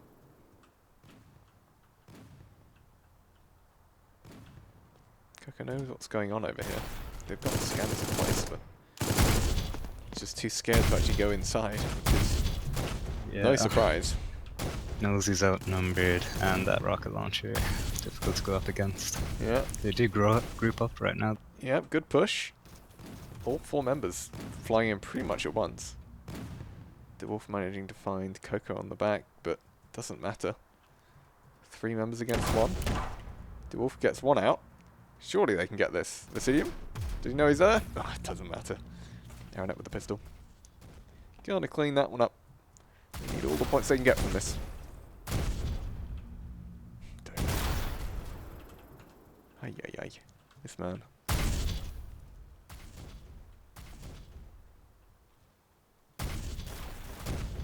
Does enough just to make the point contested. Nascar just trying to go for pot shots right now. Yeah. But too many prefabs placed around, can hardly see. Tags Coco up there. He just needs to stay alive there, really. He wasn't in a position for him to get a chance on killing people. I feel like the rocket rifle, you have to have quite high health or completely surprise people to really get away with it. Yeah, high health. Height advantage as well, though. It's a big deal. And it did seem like Aegis was being whittled away right there, but they actually hold on to that. A little bit bringing it closer right now, but we see a familiar canister spawn once again. And Silence right on top of it right away. Good positioning from him to be like already there. Yep. I think they potentially knew that there wasn't much left on it, so it's a good idea to spread out right before that happens, I suppose.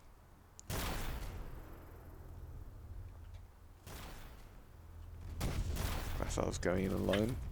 A little bit preemptive from him, yeah, as Aranet makes his way around. Yep. Oh, if only he knew Nascar's health. Yep.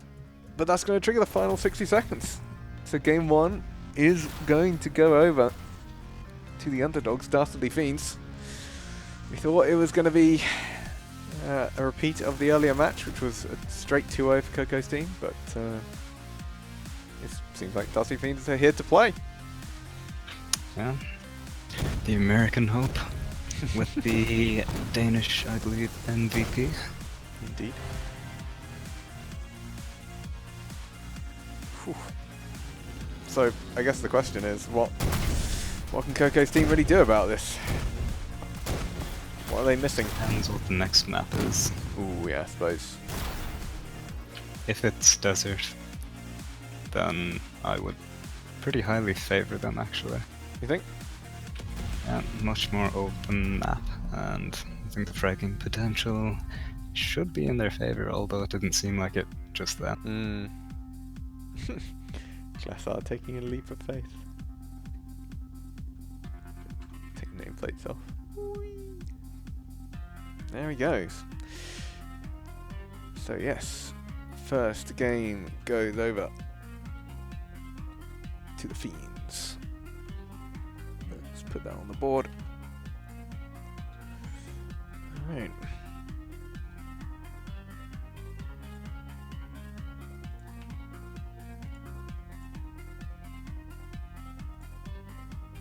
There we go. It's on your screens right now. The question is, what happens next? Magma chamber. Interesting. We did see that DF are pretty good on this map. We did. And it looks like they are just going to straight play. So I guess if we go to a final map, it will be on a Edge Desert. Yes. Interesting. Interesting indeed.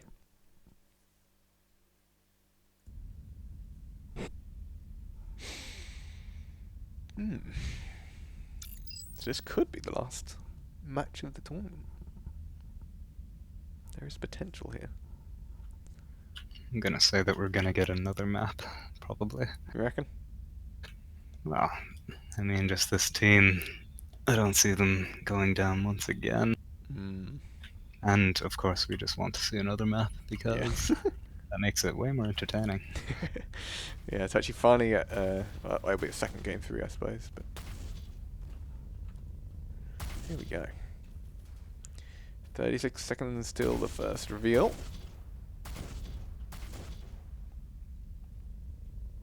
I can see Dodo if he stays up there.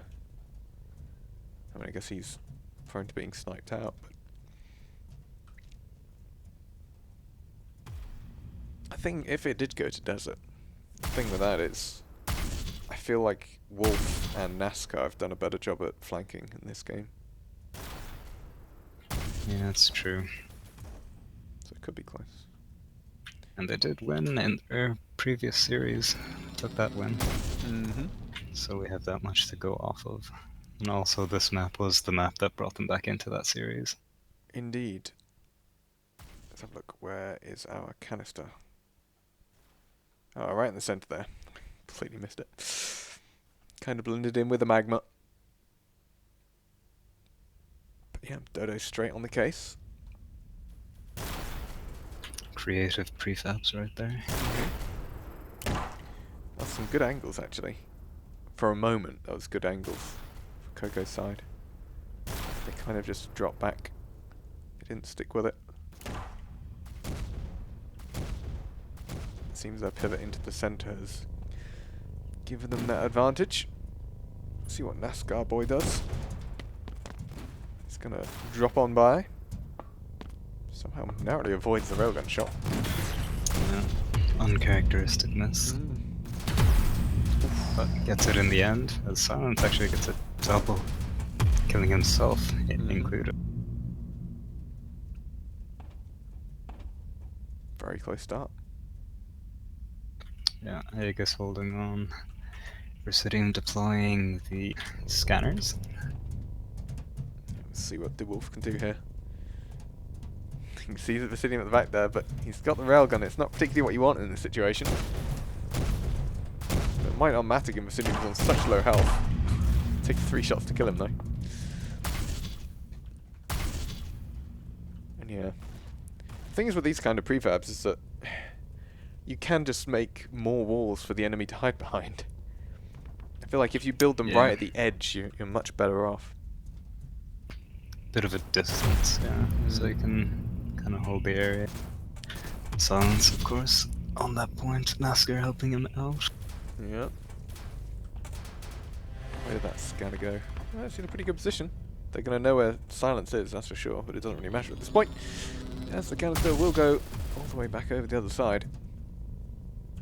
Points. Very much like the opening game, which started out so evenly. Yeah, very even. Coco's team though. On the point, but double kill for Helix.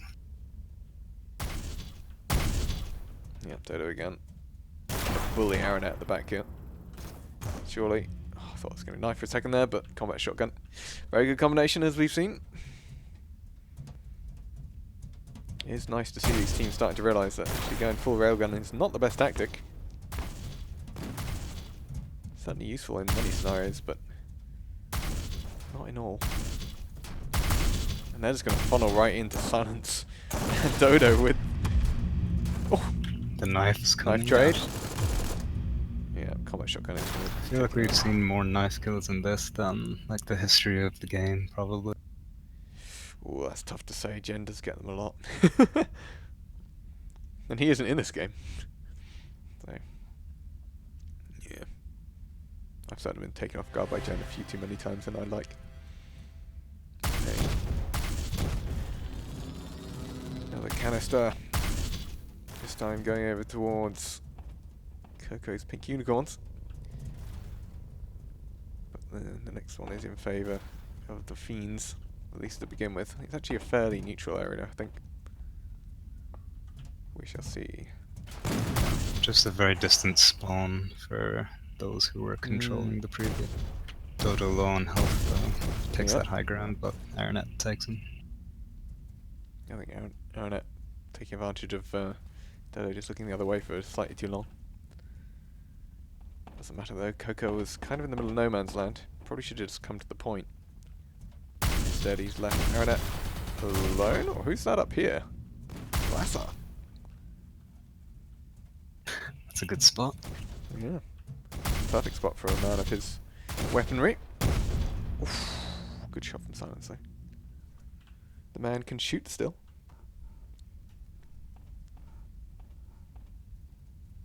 Vercidium versus Dodo. Close range. No, Silence the guy's back, but not this time.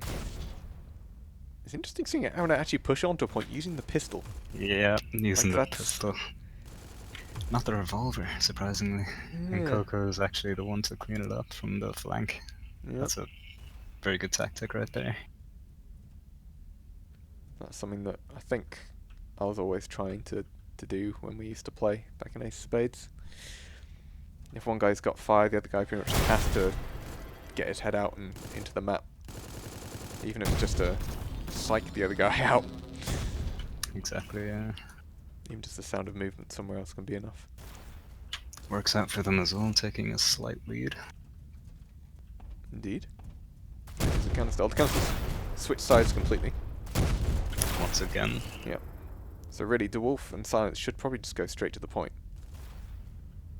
But Glassar is here first. Yep. Silence is going to get there late. deWolf could have already been there by now. Because yeah, the only place that Aegis could have gone is across centre. And look at that, Vercidium's doing exactly what I was describing earlier, just blocking off some of these passageways. Dodo doesn't like it, as you can see. So scanner out. Aranet taking out the first one. And yeah, they're very well set up. I think previously we saw Coco's team playing a lot more aggressive. Even when they had the point, they had players pushing up near the other team's spawn, but I think now they realize it's a bit more beneficial to have people close by. Coco the only one here right now, though. On the site, that is. Glassar's going to take the high ground there? Yeah. Yeah, even if it's just two of them, the combination of Coco with an assault rifle down low and Glassar with a rocket rifle up top, it's difficult to push in on. Yep. You kind of need an Orberator and something else close range, I think, to get in there. I mean, that assumes you can outshoot Coco, which is not an easy task. True. So yeah, very much good in lead control. Right now for them. Yep. Where is the next one? I can't see it. Oh, it's over there. Whee! He'll get here first. Looks like it's the Fiends. Aranet getting his signature headshots. Good flank from Vercidium. Yeah, great spacing from Aegis, kind of covering all the angles. Silence is the only one really here right now. Biding his time. Yep. That's sensible. In fact, was that Coco with the scanner? I think that was Coco with the scanner. Interesting. There are so many things I want to be able to add to spectating the first person mode. I want to be able to see what their loadouts are, all that kind of stuff. Yeah, I think first person's the main thing. Yeah, would be nice. What is Silence going to do here? Hopeful flank right here. Gets two. I'd say that's decent. I think that paid off. Just in time for his teammates to come in and hopefully clean up. Yep. Indeed. I mean, you've got to somehow pay off the fact that you spend so long getting into position behind, you know? And he did that.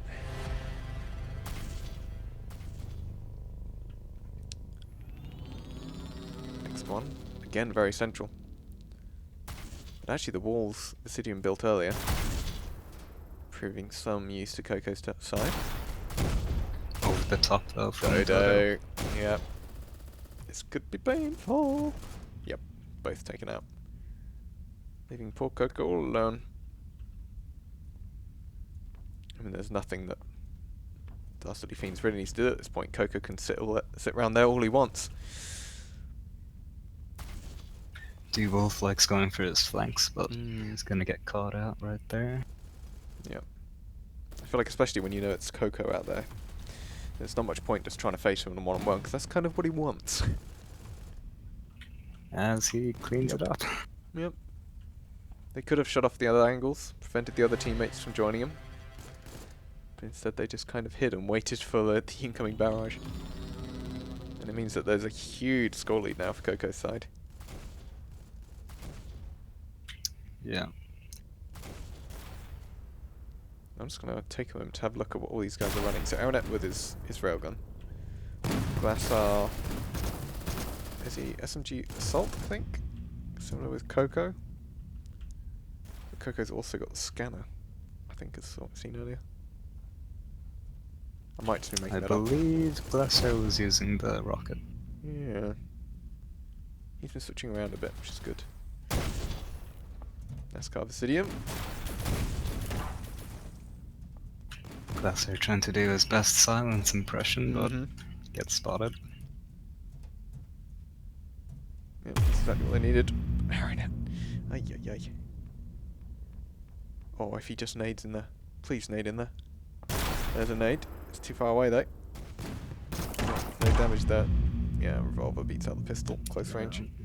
Would have been very useful to have the mines right there, which I don't really think anyone's used. Ooh. Coco barely surviving. But the nade managed to get him. So the point turns. Dodo's going to be above, surely, yeah. Chasing Vercidium. Managed to get a shot off, but Glassar Great is job clean from that up. Glassar. Not a lot of kills, but he's having the impact. Doesn't matter. Yep, they're there for when the points turn over.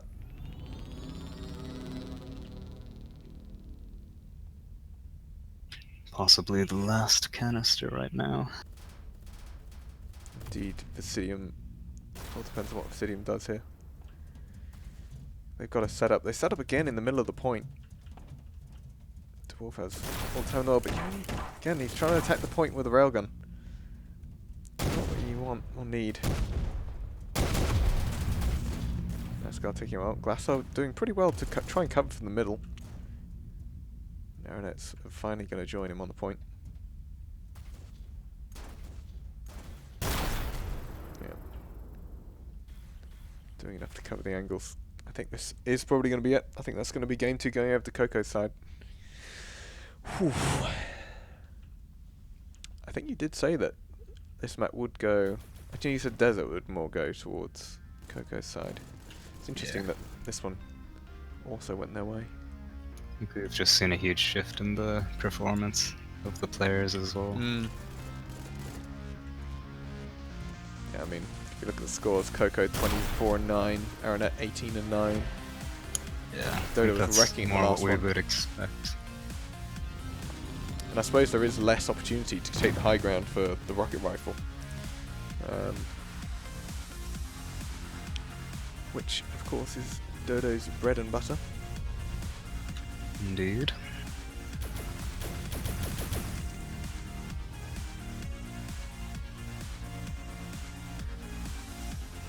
So yeah, very comfortable win here.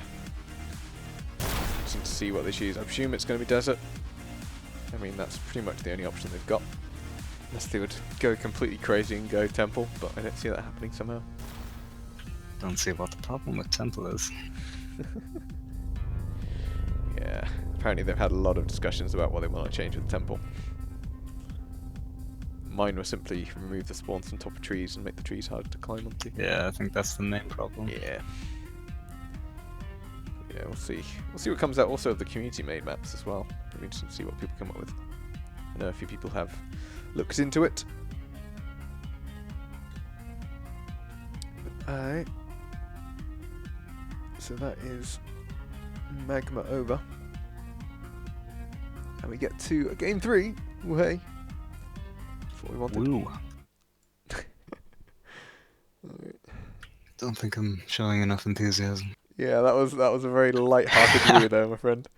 But it's what we wanted, and it is going to be desert. I think this is probably the most entertaining one to watch. Pretty easy to see everything. Indeed. I'm going to see the flyby right now. Of course, the canister spawns have a bit of an influence on this, but we'll just have to hope for the balance. To work out, yeah.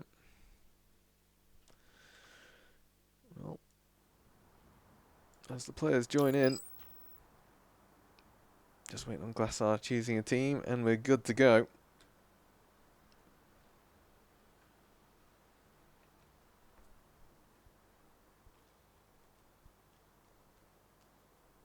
But yes, it shall be interesting. Again, we saw the last time on this map the spawns for the canisters being quite pivotal.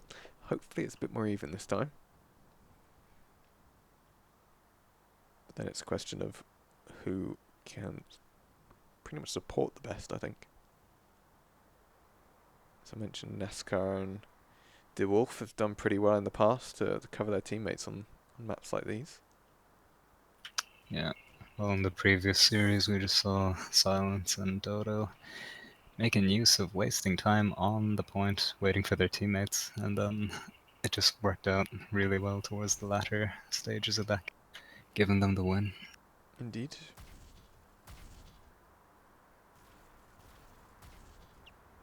So yeah, I fully expect it. If they really wanted to test the limits, I'd say Aranet is pretty much always going to have to be round towards a different side. Taking note in the buildings, keeping on moving.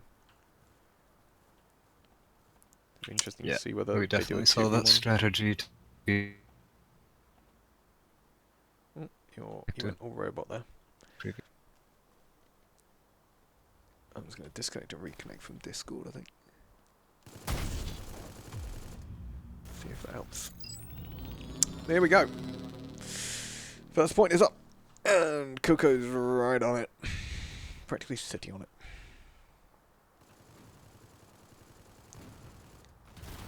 Coco somehow still managing to find a flank, and Vercidium's going to follow up on the other side. He's got some nades out though. Vercidium could be dead from this. He does. Oof! 2 grenade kills in 1. Dodo. Wow. But didn't really matter too much. In fact, where is the other guy? Of course it is! I didn't have X-ray on, but guess who? Silence sitting underneath the point, as always. As usual. You can see Coco kind of figuring out that, yeah, he might be down under there. But it doesn't matter. Have Glassar there as well, though, trying to dig through. Indeed, let's have a look at Glassar. Giving up on it for now. I mean, as long as they can keep the upper bit clear, it's always going to be 2v1. Coco just keeping the top under control. Yeah. Very impressive. 1v2. They just know where he is now, though. They do have a scanner around there, so Coco is able to find him out. Good nade coming in. The thing is, Nascar's staying to the ground and trying to go in onto the point, and they just need some angles. They're just falling into the trap of running straight into the middle of it and being pummeled by 3 people. Whereas, where's the 4th person? For this Aegis side? Oh, he's just spawning.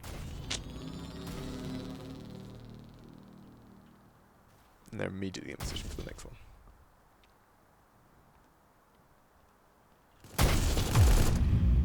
Oof. Again, Dodo can't get to the high ground. So it's all down to Nascar to keep people from taking the high ground, which he's not been doing too well on so far. He's been very much up in their faces. What weapons does he even have right now? Doesn't matter, he's just taken out.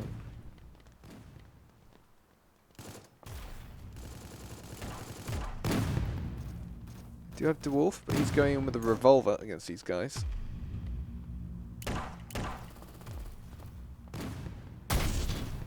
It's just crazy how much. I think Unicorns are managing to just keep them out. I think this is finally going to turn over. Yeah, we are going to see a switch. Question is, what do Dastardly Fiends do with it? They're all rather quite low. Yikes.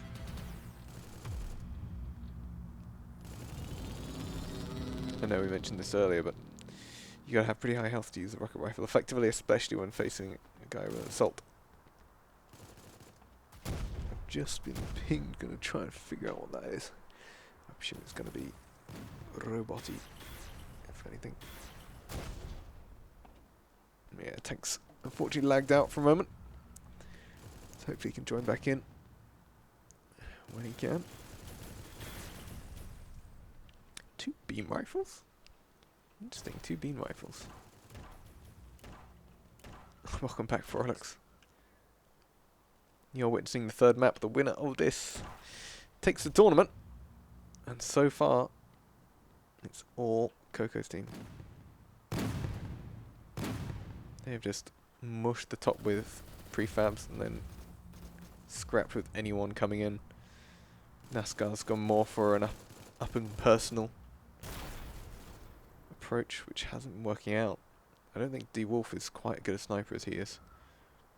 And Aranet's managing to sweep up anyone that does come from around the back.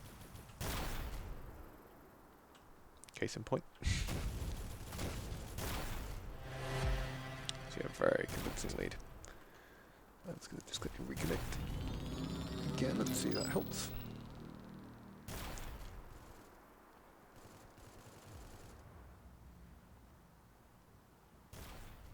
So as we've noticed in previous games on this map, all of the spawn points coming in this central top area. I suggested at the start that Aranet would go more towards center, more towards the side, sorry, and leave his teammates in the center. But it seems to be the opposite right now. It kind of seems to be working. Nascar trying to do too much. Silence doing exactly what he needs to do. Actually manages to assure mutual annihilation.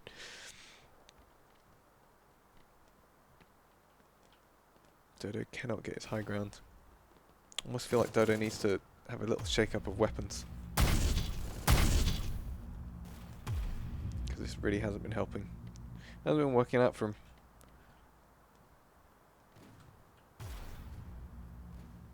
deWolf, the sniper of choice for Dastardly Fiends. Seeing with the scanner, going to go for Nascar, but misses him completely. Some very hopeful nades from Coco, but doesn't matter if you can shoot that well. I might be okay right now. You might be okay right now. Hello. Okay. Cool. Welcome back. I don't know, you leave and Coco's team just run away with it. Yeah, as expected. Yeah, it's crazy. Yeah, it seems like just Coco himself means business right now. Look at that. 26 to KDR. 5. Woohoo! Ay, ay, ay. I mean, the problem I'm seeing is that they just keep running straight into him. Like, even when deWolf is sniping, he's trying to come in onto the point. Nascar's going between sniping and running in as well, so Yeah. they've got Seems no like real the support point network. is just very crowded, so Yeah. the sniping is a bit nerfed due to that. Yeah, and Aranet's fine, just shooting to the sides when he needs to. Pretty good push right here, though. Aranet getting the knife kill. Gotta love it. deWolf needs Waiting to for find the him. health regen. Perhaps a bit of miscommunication right there. deWolf not really expecting his position. Did you see that? The knockback from the Orberator straight into Coco, plucking him out the air. Ouch. This is one side of some of the early rounds. Indeed. Pretty hard to see them coming back from this right now. Just a little bit. Even Glassar getting his name on the wall. See what Dodo can do. Hopeful nades. All it does, it reveals his position. And yet another canister goes away.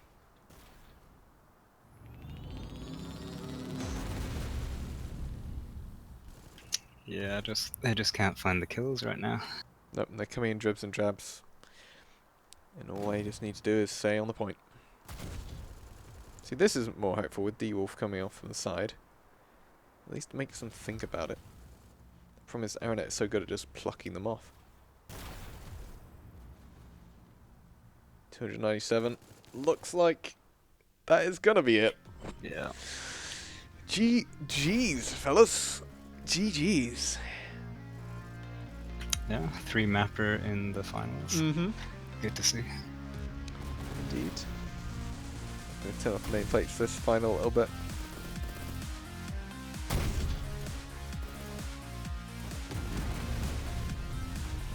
can't see who is who. You can just see how crazy, even in 4v4, the top of this map becomes.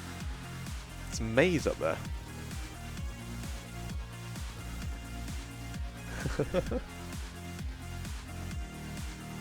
There we have it. So yeah, I guess this would be the time to thank everyone for coming along. Congratulations to Coco's Pink Unicorn team for taking it 2-1 in the final. Eventually. Yep. Yep. Yeah, they managed to get themselves where they wanted to be in the end. But GG's all around. GG. Thank you, Tank, for coming along. Thank you. First time casting ever? Yeah, probably. Maybe last time. I don't know. Hopefully I get to play next time. I hope. Well, now that we've done this once, we've got a couple of teams together, which apparently aren't that different in skill. Hopefully we can get a competitive match going, even with you playing. Maybe. I think we could see that happening. I mean, yeah, I think some of the teams are pretty well matched, or at least 3 of them. So perhaps we could stick in another team. Indeed. Interesting to see whether the OCG guys stick around at all. Kind of nice to see them around. Yeah, it's good to see new faces. Indeed. So, final look, I think, at the bracket.